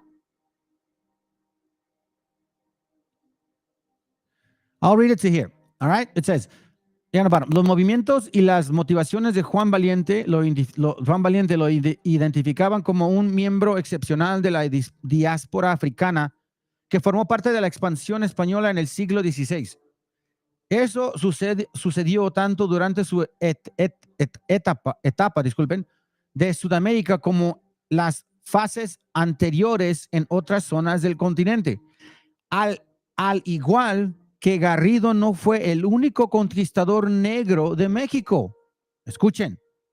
Al igual que Garrido no fue el único conquistador negro de México, como tampoco fue Valiente el único africano de Perú y Chile en la década de 1530. En la compañía de Pizarro, en Cajamarca, habían 2 negros, Juan García y Miguel Ruiz, cuyo biógrafas pueden reconstruirse con cierto detalle. Estos eran mulatos libres que se sumaron voluntariamente a la expedición. También había un número en precio de otros negros, sobre todo esclavos africanos que participaban en esta y en las siguientes expediciones de las Andes.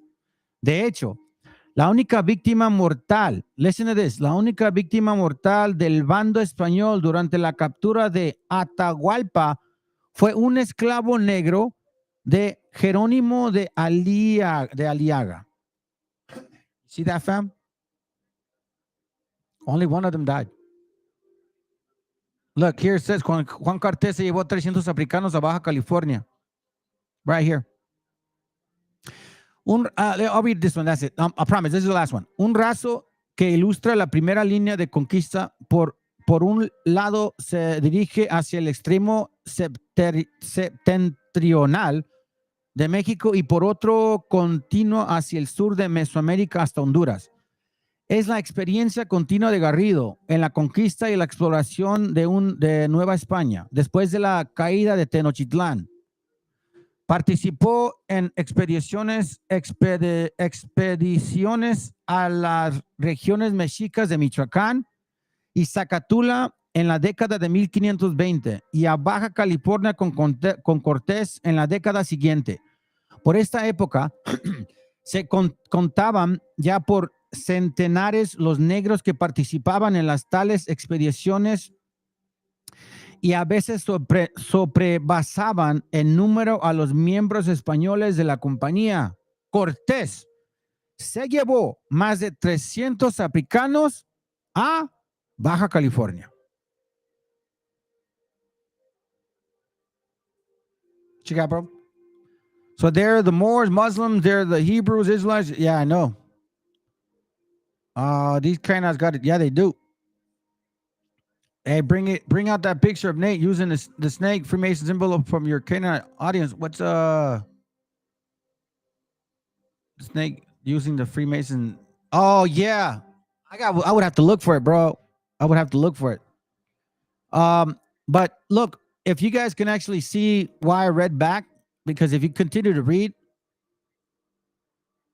it says here, revela funciones de los negros. Cieza de León nunca indica el número de total de los negros en ninguna compañía, ni menciona a ninguno de los que combatían o viajaban con él. You see that? They were in secret. They weren't written about. Pero en 19 ocasiones aluda a la presencia de combatientes africanos. He basically mentions them several times in all the conquests. All of them. All of them. There goes right here a list of these guys. Juan Garrido, black. Sebastián Toral, black. Pedro Fulupo, black. Juan Bardelas, black. Antonio Pérez, Juan Portugués, Juan García, Miguel Ruiz, Juan Valiente, Juan Beltrán. These guys were also what? Converts, fam. There were Sephardic Jews as well in here. Now you know why it's so dangerous to say those things. It's dangerous because you are going to include a bunch of people that rape your mama. If you are people. Interesting book. Very powerful, fam. Very powerful. And these are the things that we are being revealed as time goes on, as we grow, as we nurture our spirit, as we continue to ask the Most High to reveal more to us. Because now I know why Hosea 4:6 says this: my people are destroyed for lack of knowledge. They don't have the entire truth. They're only giving half-assed info snippets. Here's the 12-tribe chart, bring it out. Here's the map of Africa showing that we're Hebrews. The page before is saying they're converts. Here's what the snippet that says that there's a probability that Jews are black from a guy that had a dream that God came to him with 2 books and told him to go teach black people that they were Hebrews. That's why he said that. There's a good chance because the people over there aren't basically black, like dark skin. He didn't say they were Africans. I mean, it's just, my people my people are destroyed for lack of knowledge. So you brothers and sisters that are in these camps, bro, repent. Because thou hast rejected knowledge, I will also reject thee. You see, when you're prideful and your brothers suplicándote a ti, güey, to listen to this book, bro, check it. They're not the people. I'm not saying because I hate you or I'm going against them. It's just, this is what I'm finding. I will also reject thee, that thou shalt not be, should be no priest to me. Why? Because your brother in sincerity came to you. You know who I'm talking about, Ezekiel? I came to y'all and I told you, this is what I'm finding, bro. I cannot convince myself anymore. You didn't care. You said, well, I don't know, man. We're in the wheat and the tares. I don't know. I'm just going to endure. That's what you said to me. Come out of her, my people. Bro, this is exactly why it's being revealed to us to stay away from them. Don't follow these camps. These camps are demons. They understand that you lack knowledge. And because you lack knowledge and you go to them, Most High is rejecting you. And he ain't going to make no priest out of you. Seeing thou hast forgotten the law of thy God, I will also forget thy children. Why? Because the first thing he said is, Joe, any image, you already know that they're not the people. But it didn't matter to you guys. It don't matter to you guys. The images are right in front of your face. You're not supposed to believe that when it says images. That's what the Christians came with, and y'all still believe in it. 1 Corinthians 4:4, for I know nothing by myself, yet I am not hereby justified, but he that judgeth me is the Lord. See, I don't know any of this. I'm not making it up. I didn't just study this and went to college. I'm some secret agent, some guy that you guys are just, that I'm being paid by the FBI or CIA or what do you call it? FBI, CIA, DEA or DUI. Because that's where I come from. I come from that acronym. That's what I come from, bro. The DUI group. Straight up. Because I had many of those. That's my truth. And I ain't gonna be afraid to say it. For I know nothing by myself. Yet I am not hereby justified, but he that judges me is the Lord. Watch why I'm reading this. Therefore, judge nothing before the time. So if you're of the Lord, you're not going to jump ahead. You're going to go with the time according to the prophecies until the Lord come, who both will bring to light the hidden things of darkness and will make manifest the counsels of their hearts, meaning their secret agendas, their commune, their snares, their private boule, masonry, damn demonhood.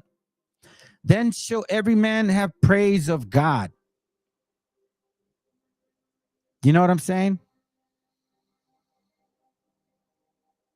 It says, what does it say?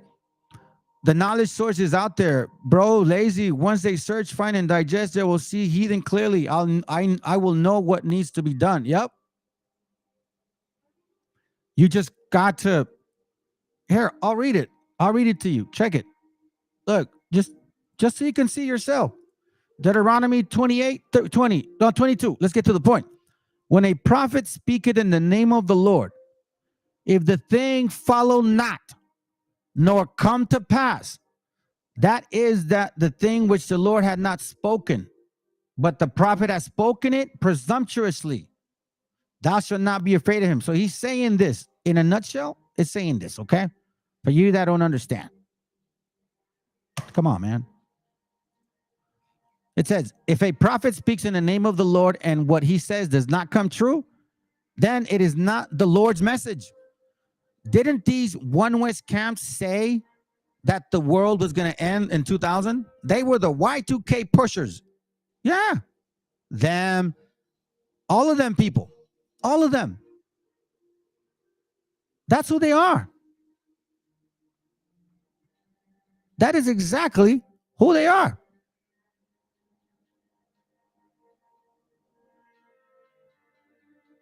That's what's going on. They speak not according to me. They're not the people that I sent you. You can't, you can't recreate a doctrine.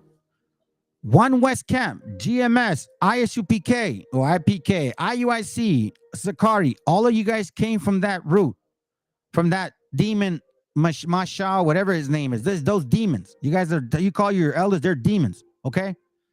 You guys came out of that root, and they prophesied supposedly that the end of the world was in 2000.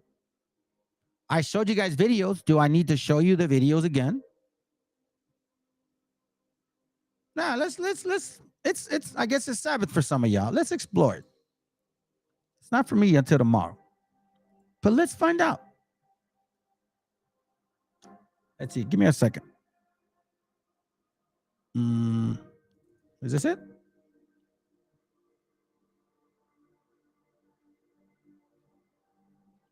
Where are you?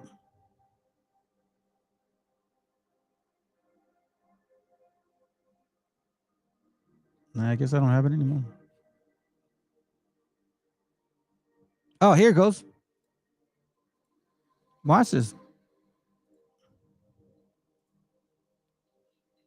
I'm not lying. They said that the world will end by then.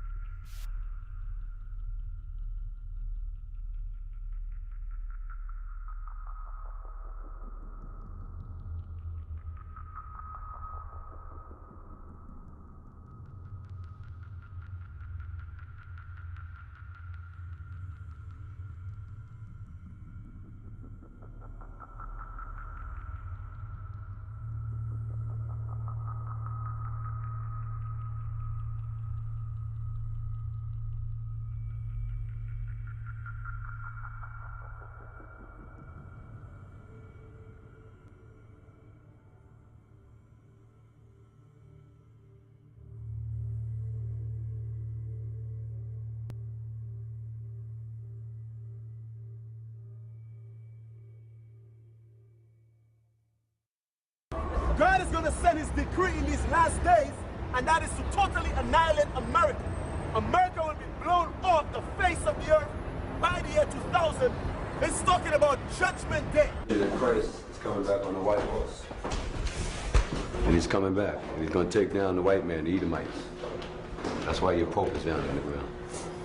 It's going to happen by the year 2000. You ready? That's it, yeah. Main places that's going to be hit in this thermonuclear war is America. America's going to be wiped off the face of the planet Earth. That's going to take place before the year 2000. That's right. That's going to take place before the year 2000. That's right. That's going to take place before the year 2000. That's right. America has less than 628 days. America has less than 628 days.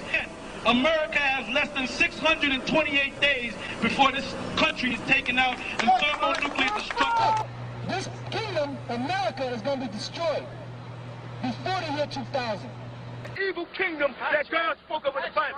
And all you so-called white people, your condemnation, you are condemned to what? Hell. And you're going to be in hell, you're going to be oppressed before the year 2000. Christ is going to come back. Museum America is going to be destroyed before the year 2000 by thermonuclear destruction.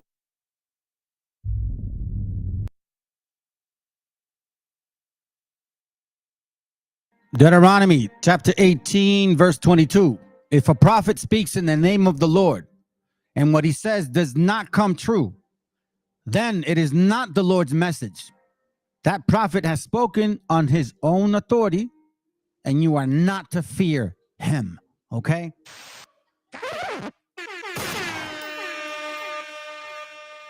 Damn heathens, man. Damn heathens. Damn heathens. We're almost done, family. Hold on a second real quick. You go to Matthew 24. Matthew 24. Let's read it. It says, for false messiahs, let me read it in this translation. 24. It says, for there shall arise false Christ and false prophets, and shall show great signs and wonders, right? bringing history to the Bible, like, oh my God, they have an understanding. And so much that even if it were possible, I'm sorry, they shall deceive the very elect. Almost. They almost got me. I'm not saying I'm the elect. I'm just saying they almost got me. I almost fell all the way through. All the way through. And you know what saved me? Alcoholism. I find, man, the Most High, he is an amazing creator of all things. Luke 8:16 says, no man, when he had lit a candle, cover it with a vessel or put it under a bed, but set it on a candlestick, that they which enter it may see the light. That's why I'm here, family. I'm showing you guys what I'm finding, what is being revealed, and what the hell we need to do. Come out of her, my people. Come out of her. These are not your gente. For nothing is secret that shall not be made manifest, neither anything hid that shall not be known and come abroad. That says, take heed therefore how ye hear, for whatsoever hath, to him shall be given. So for me, if I was keeping this from you guys, I'd be dead by now. And whosoever hath not, from him shall be taken even that which he seem to have. So you get the chance to have these things, these fruits. And if you don't take advantage of them and teach your people, the Most High take it from you. He will take it from you. So I'm passing this information to y'all so then you guys can start working with me so we could work together and grow as a family. Because remember, this is bitter wisdom. And through this wisdom, you're going to start seeing the love for your gente, the empathy, the neglect that's been going on. Look, listen, fam, there's a movie that I want y'all to see, and I really want you to see it. And if anybody needs tickets, I'll pay them. I'll pay for tickets. You just tell me. I'm serious. I'm not lying. Okay? Revelation 1 and 3. Why? Because look, it says, blessed is he that readeth, and they that hear the words of his prophecy, and keep those things which are written therein, for the time is at hand. For the time is at hand. You know what I'm saying? So you continue to read, and the Most High will reveal things to you. He'll reveal things to you, family. You know what I'm saying? So check this out. I have something to show y'all so you guys can see what I'm talking about. Give me a second. I'm gonna bring out some videos. Just some like I'm basically done with the class, but I want to bring up some information so you guys can see what's going on. All right. I love the fact that the Most High is putting these spirits upon them. My next class is going to be about this one, family. Revelation 9. Okay. Revelation 9 and 2nd Esdras. I didn't want to get into it, but the Most High is starting to reveal some things to me, and I think it's going to connect with what I'm showing y'all. So let's check this out. Watch this. The last question I wanted to ask you, Listen. Forrest, is going to be about there's a very popular slander against former President Trump, and that is the very famous argument that he is racist. You are a man of color. What is your reaction to that argument? Well, I'm also old. Listen. I remember when President Trump backed Jesse Jackson when he ran for president. You would see pictures of Jesse Jackson, Al Sharpton, Muhammad Ali, Oprah Winfrey, all shaking hands, being friendly, smoking cigars together. Oprah Winfrey actually came out and said she wanted to be like Trump. Until he came down the elevator or escalator and ran for president as a Republican. Magically, he became racist. We know he's not. There's stories about Trump, and I don't know how many people know this, but there was a homeless woman. Okay. So he says,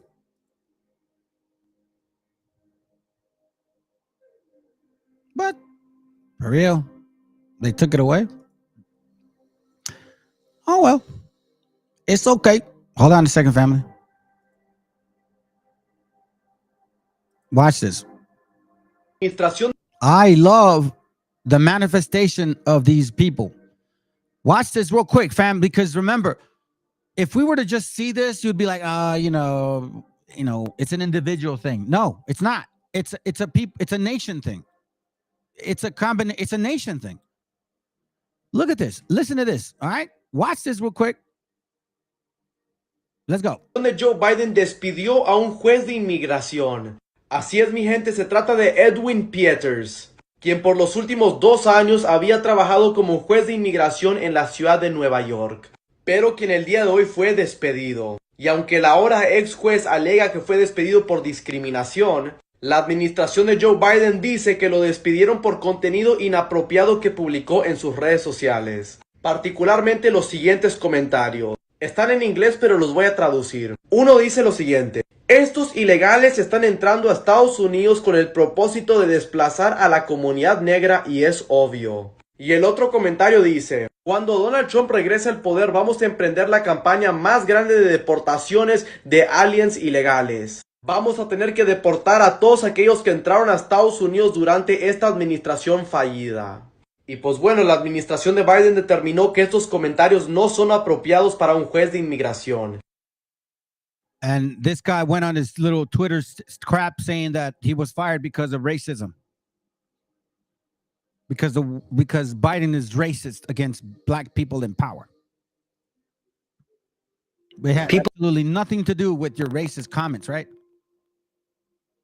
Now, Black American? We got a new nickname for you guys. Black Americans. Let's go. People in other parts of the world are not teaching their young children to hate their own country. And if you continue to do this, how is the West going to do in the battle of civilizations? Because that's what we're in, right? The Chinese want to thrive, the Russians want to thrive, and they're teaching their children to be strong, to be confident, to go out there to learn science instead of, equity and diversity. And a bridge doesn't work very well if it's built on diversity instead of math. So trees don't, because they probably belong there. You guys have decimated, raped, took for granted this beautiful land that we have with these beautiful animals and mountains and harvesting the cycle of life, all of it. You guys have no clue how it works. Keep in mind, family, that Adam was given Edom, and he was supposed to care for Edom, right? To tend the gardens, tend the ground. And he gave us instructions on how to be farmers. Well, guess who the best farmers are? Yeah. You Hispanics, so-called. You gotta start waking up, man. Let's go. I got more to go. See, this is why teníamos rateros en México, hermanos. Watch this. En los últimos 36 años se llevó a cabo el saqueo más grande en la historia de México. Nosotros privatizamos los bancos, la compañía telefónica, las líneas aéreas, la siderurgia, las minas, los puertos, los aeropuertos. Es un sistema de privatización a través de subasta pública. Trasladaron bienes de la nación a particulares, nacionales y extranjeros. Son unos reverendos ladrones.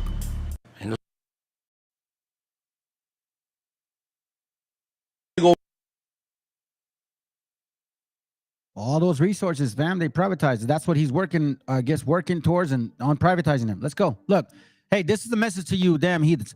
It don't matter, man. By the way, in case you guys don't know this, Raza, we don't take breaks. I don't know if you guys don't realize that. We don't take breaks. We just take lunch, and then we go back to work. I know that you guys get babied, you Black Americans and you Anglo-Americans. You guys get babied, right? Oh, I want my 15-minute break. Oh, I need to look at my nails. I need my smoke break. We don't do that. We get the work done.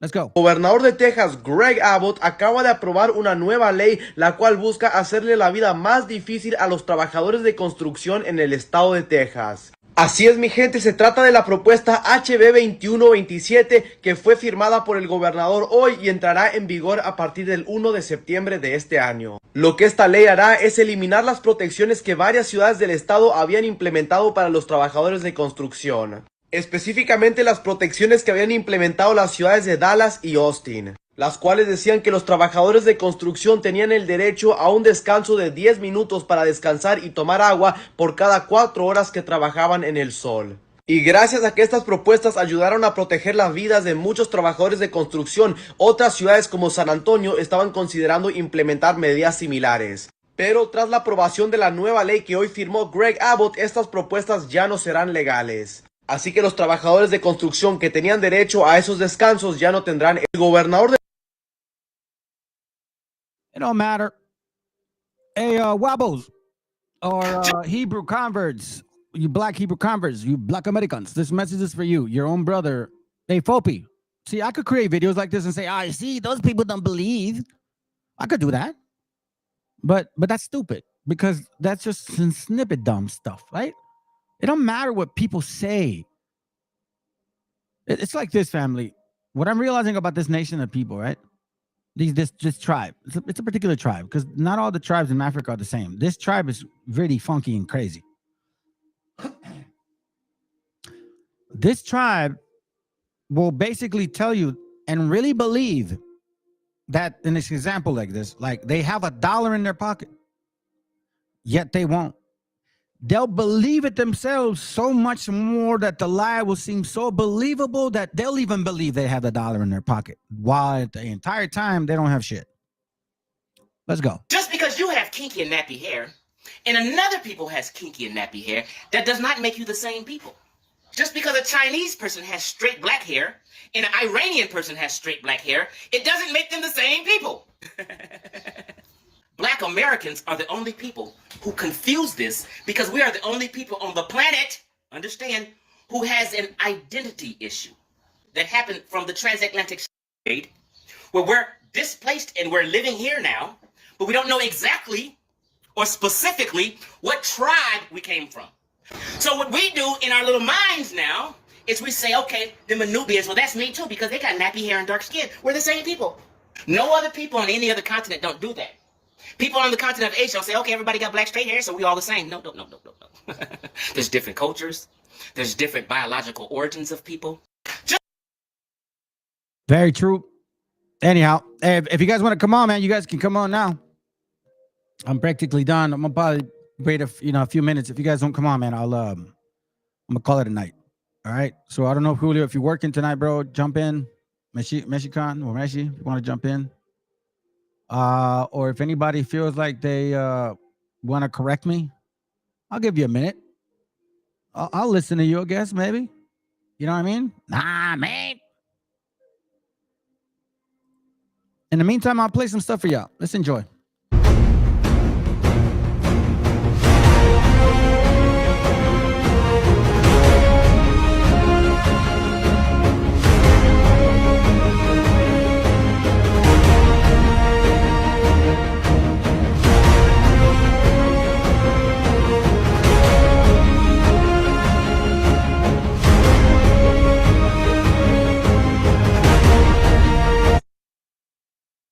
Here's another reason why we can't unite. Did anybody know that Bishop Nathaniel, the head of IUIC, I believe for the last 2 months, every day, there are so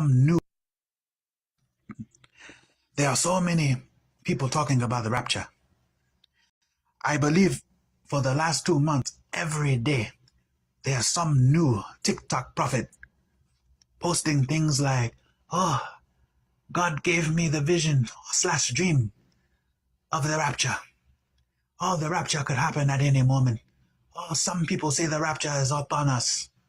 You see, those things are not true. There are some people that are saying that the rapture has already occurred. That is so not true. You know, so many people, they read 1 Thessalonians chapter 4, verse 16, and then they close up their book. When the second book of Thessalonians chapter 2, verse 1, all the way until verse 4, gives us everything to look for before the rapture takes place. I want to start at verse 2. Listen to what he says, family, okay? Watch this. That ye be not soon shaken in mind, or be troubled, neither by spirit, nor by word, nor by letter as from us, as that the day of Christ is at hand. Let no man deceive you by any means. For that day shall not come, except there come a falling away first, and that man of sin be revealed, the son of perdition. So why is that so hard for people to understand? The falling away, that is basically telling you that a time is coming, where only the OGs will be brave enough to say, I worship Jesus Christ. Imagine going out in public saying you worship Jesus Christ. And then, you're getting killed, you're getting beaten, or you're being arrested. You see, imagine living in the neighborhood and everyone who is Christian, their homes are being raided by SWAT team or some secret branch of U.S. military,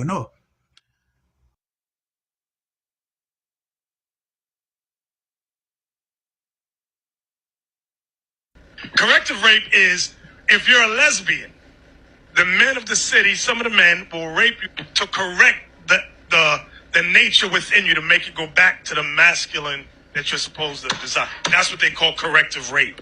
Corrective rape is if you're a lesbian, the men of the city, some of the men will rape you to correct the nature within you to make it go back to the masculine that you're supposed to desire. That's what they call corrective rape. That's what they call corrective rape. Here, let me put myself on mute. Hold on, let me go here. Hey, go ahead, bro. You're here. What's up, Julio? Hey, can you hear me, bro? Hello. Yeah, we can hear you now, bro. Shalom, shalom.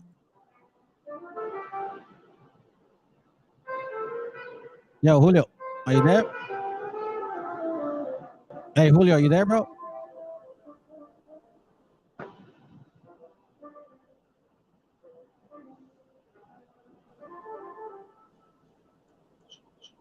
Julio, I don't know if you can hear us, man. Come back in. Hello? Hello? I guess not. Come back in, bro. Yeah, I don't know why you can't hear us. Hold on. Let me see. Well, anyways, you were on, man, but apparently we can't hear you. I'm not sure why.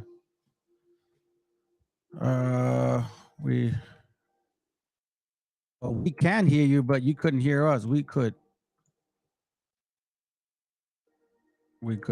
hear you, but you can't hear us. Yeah, I'm not sure what happened, Julio. You want to try it again, bro? And then put yourself off mute. If not, I'm gonna take off, man. Se funda en el siglo VI, pero en lo que es el periodo clásico maya. Sin embargo, Calakmul ya había sido habitado 3 siglos antes de nuestra era. O sea que a esos 1400 hay que sumarle 900. Estaríamos hablando de 2300 años de la existencia de Calakmul. ¿Por qué no pones la pintura de 300 años antes de Cristo, de Calakmul, que son 2300 años? Esto es de hace 2300 años. Pon la mujer del vestido transparente. Mires, la belleza, el arte. 2300 años. Regresando, los europeos que nos traen la civilización, que nos civilizaron, según la historia oficial y occidental y colonizante, 500 años. Y esto 2300 años lleva. Esto es un templo que cubrieron con las nuevas, entre comillas, pirámides donde estuviste, que son del siglo VI de nuestra era, está abajo. Yo entré, y hay mascarones con estuco y estos murales. Esto es una joya, esto no lo tienen en otras partes. Esto es un arte, mire, todo esto. Eso es lo que está. Lo cubrieron, lo cuidaron, lo protegieron. Esto pasa también en Teotihuacán.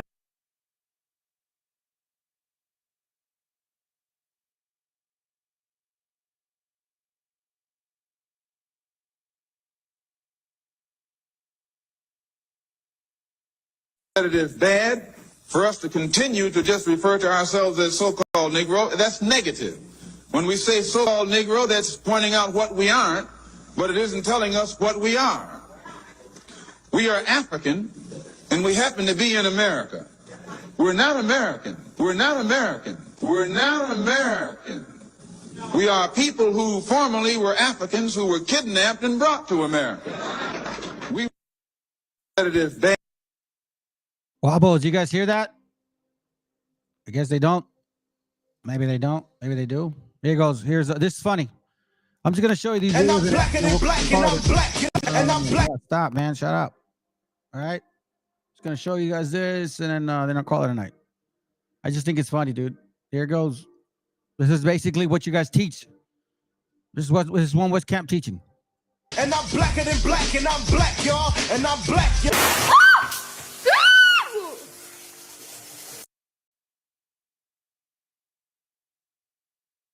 And I'm blacker than black and I'm black, y'all. And I'm black, y'all.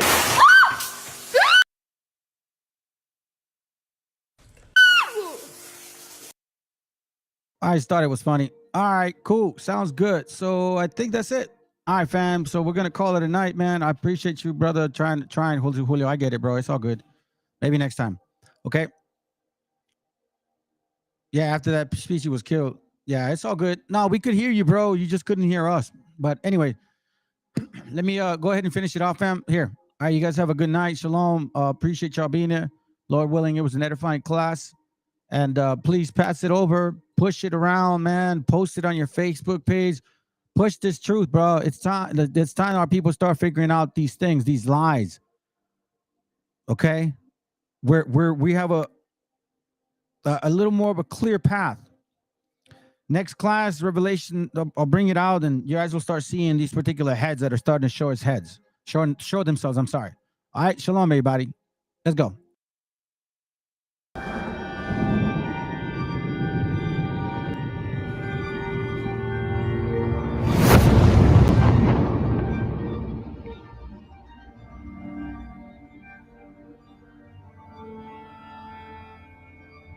Ical, hijo, abre los ojos.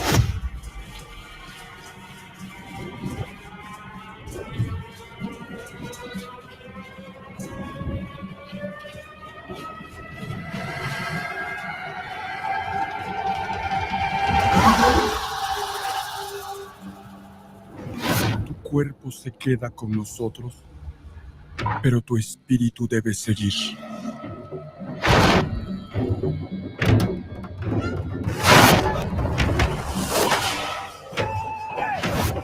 Busca la luz.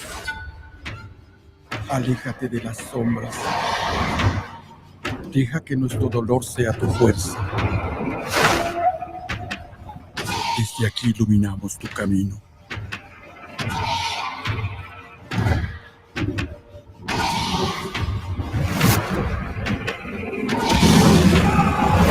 Lucha como nosotros ante esta pena tan grande. Yo soy tú.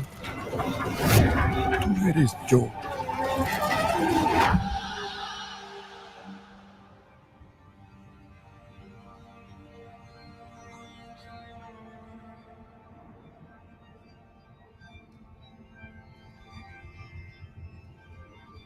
La muerte que hoy nos separa Mañana volverá a unirnos. Eres libre, hijo.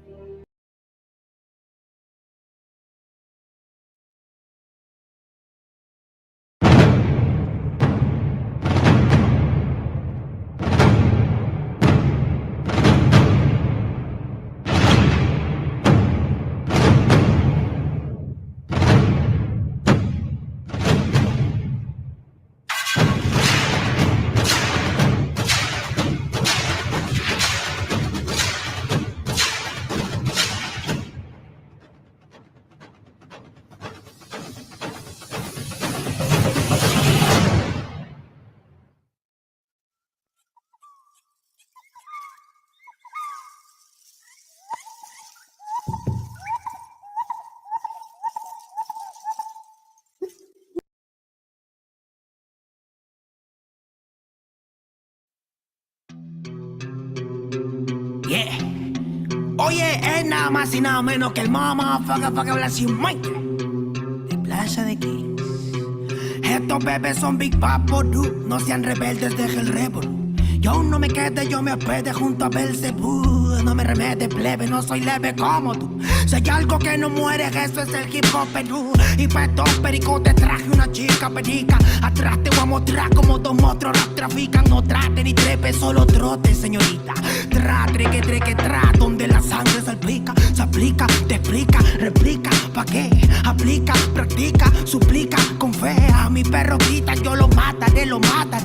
Tu madre llora y canta la bandeja, flow peregrina, chivolo propina, ina, hacen base, mejor coja vaselina, no imagina, mi vida fuera de una esquina, yo solo quiero más chavo pa' comprar más chilindrina, gira, que somos puros animales rompiéndote todos los cristales, repete señales que a ti no te sale, ¿qué pasa compadre? Somos naturales, voy a llenar todas las editoriales, rate de mi huevo pa' los tribunales, tú eres un antianal, yo experto en artesanales, yeah, se me afaga la cimaita, sopló.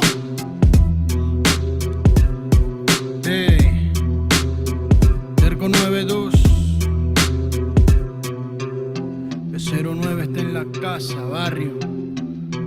Escucha bien. Así se hace, Yo.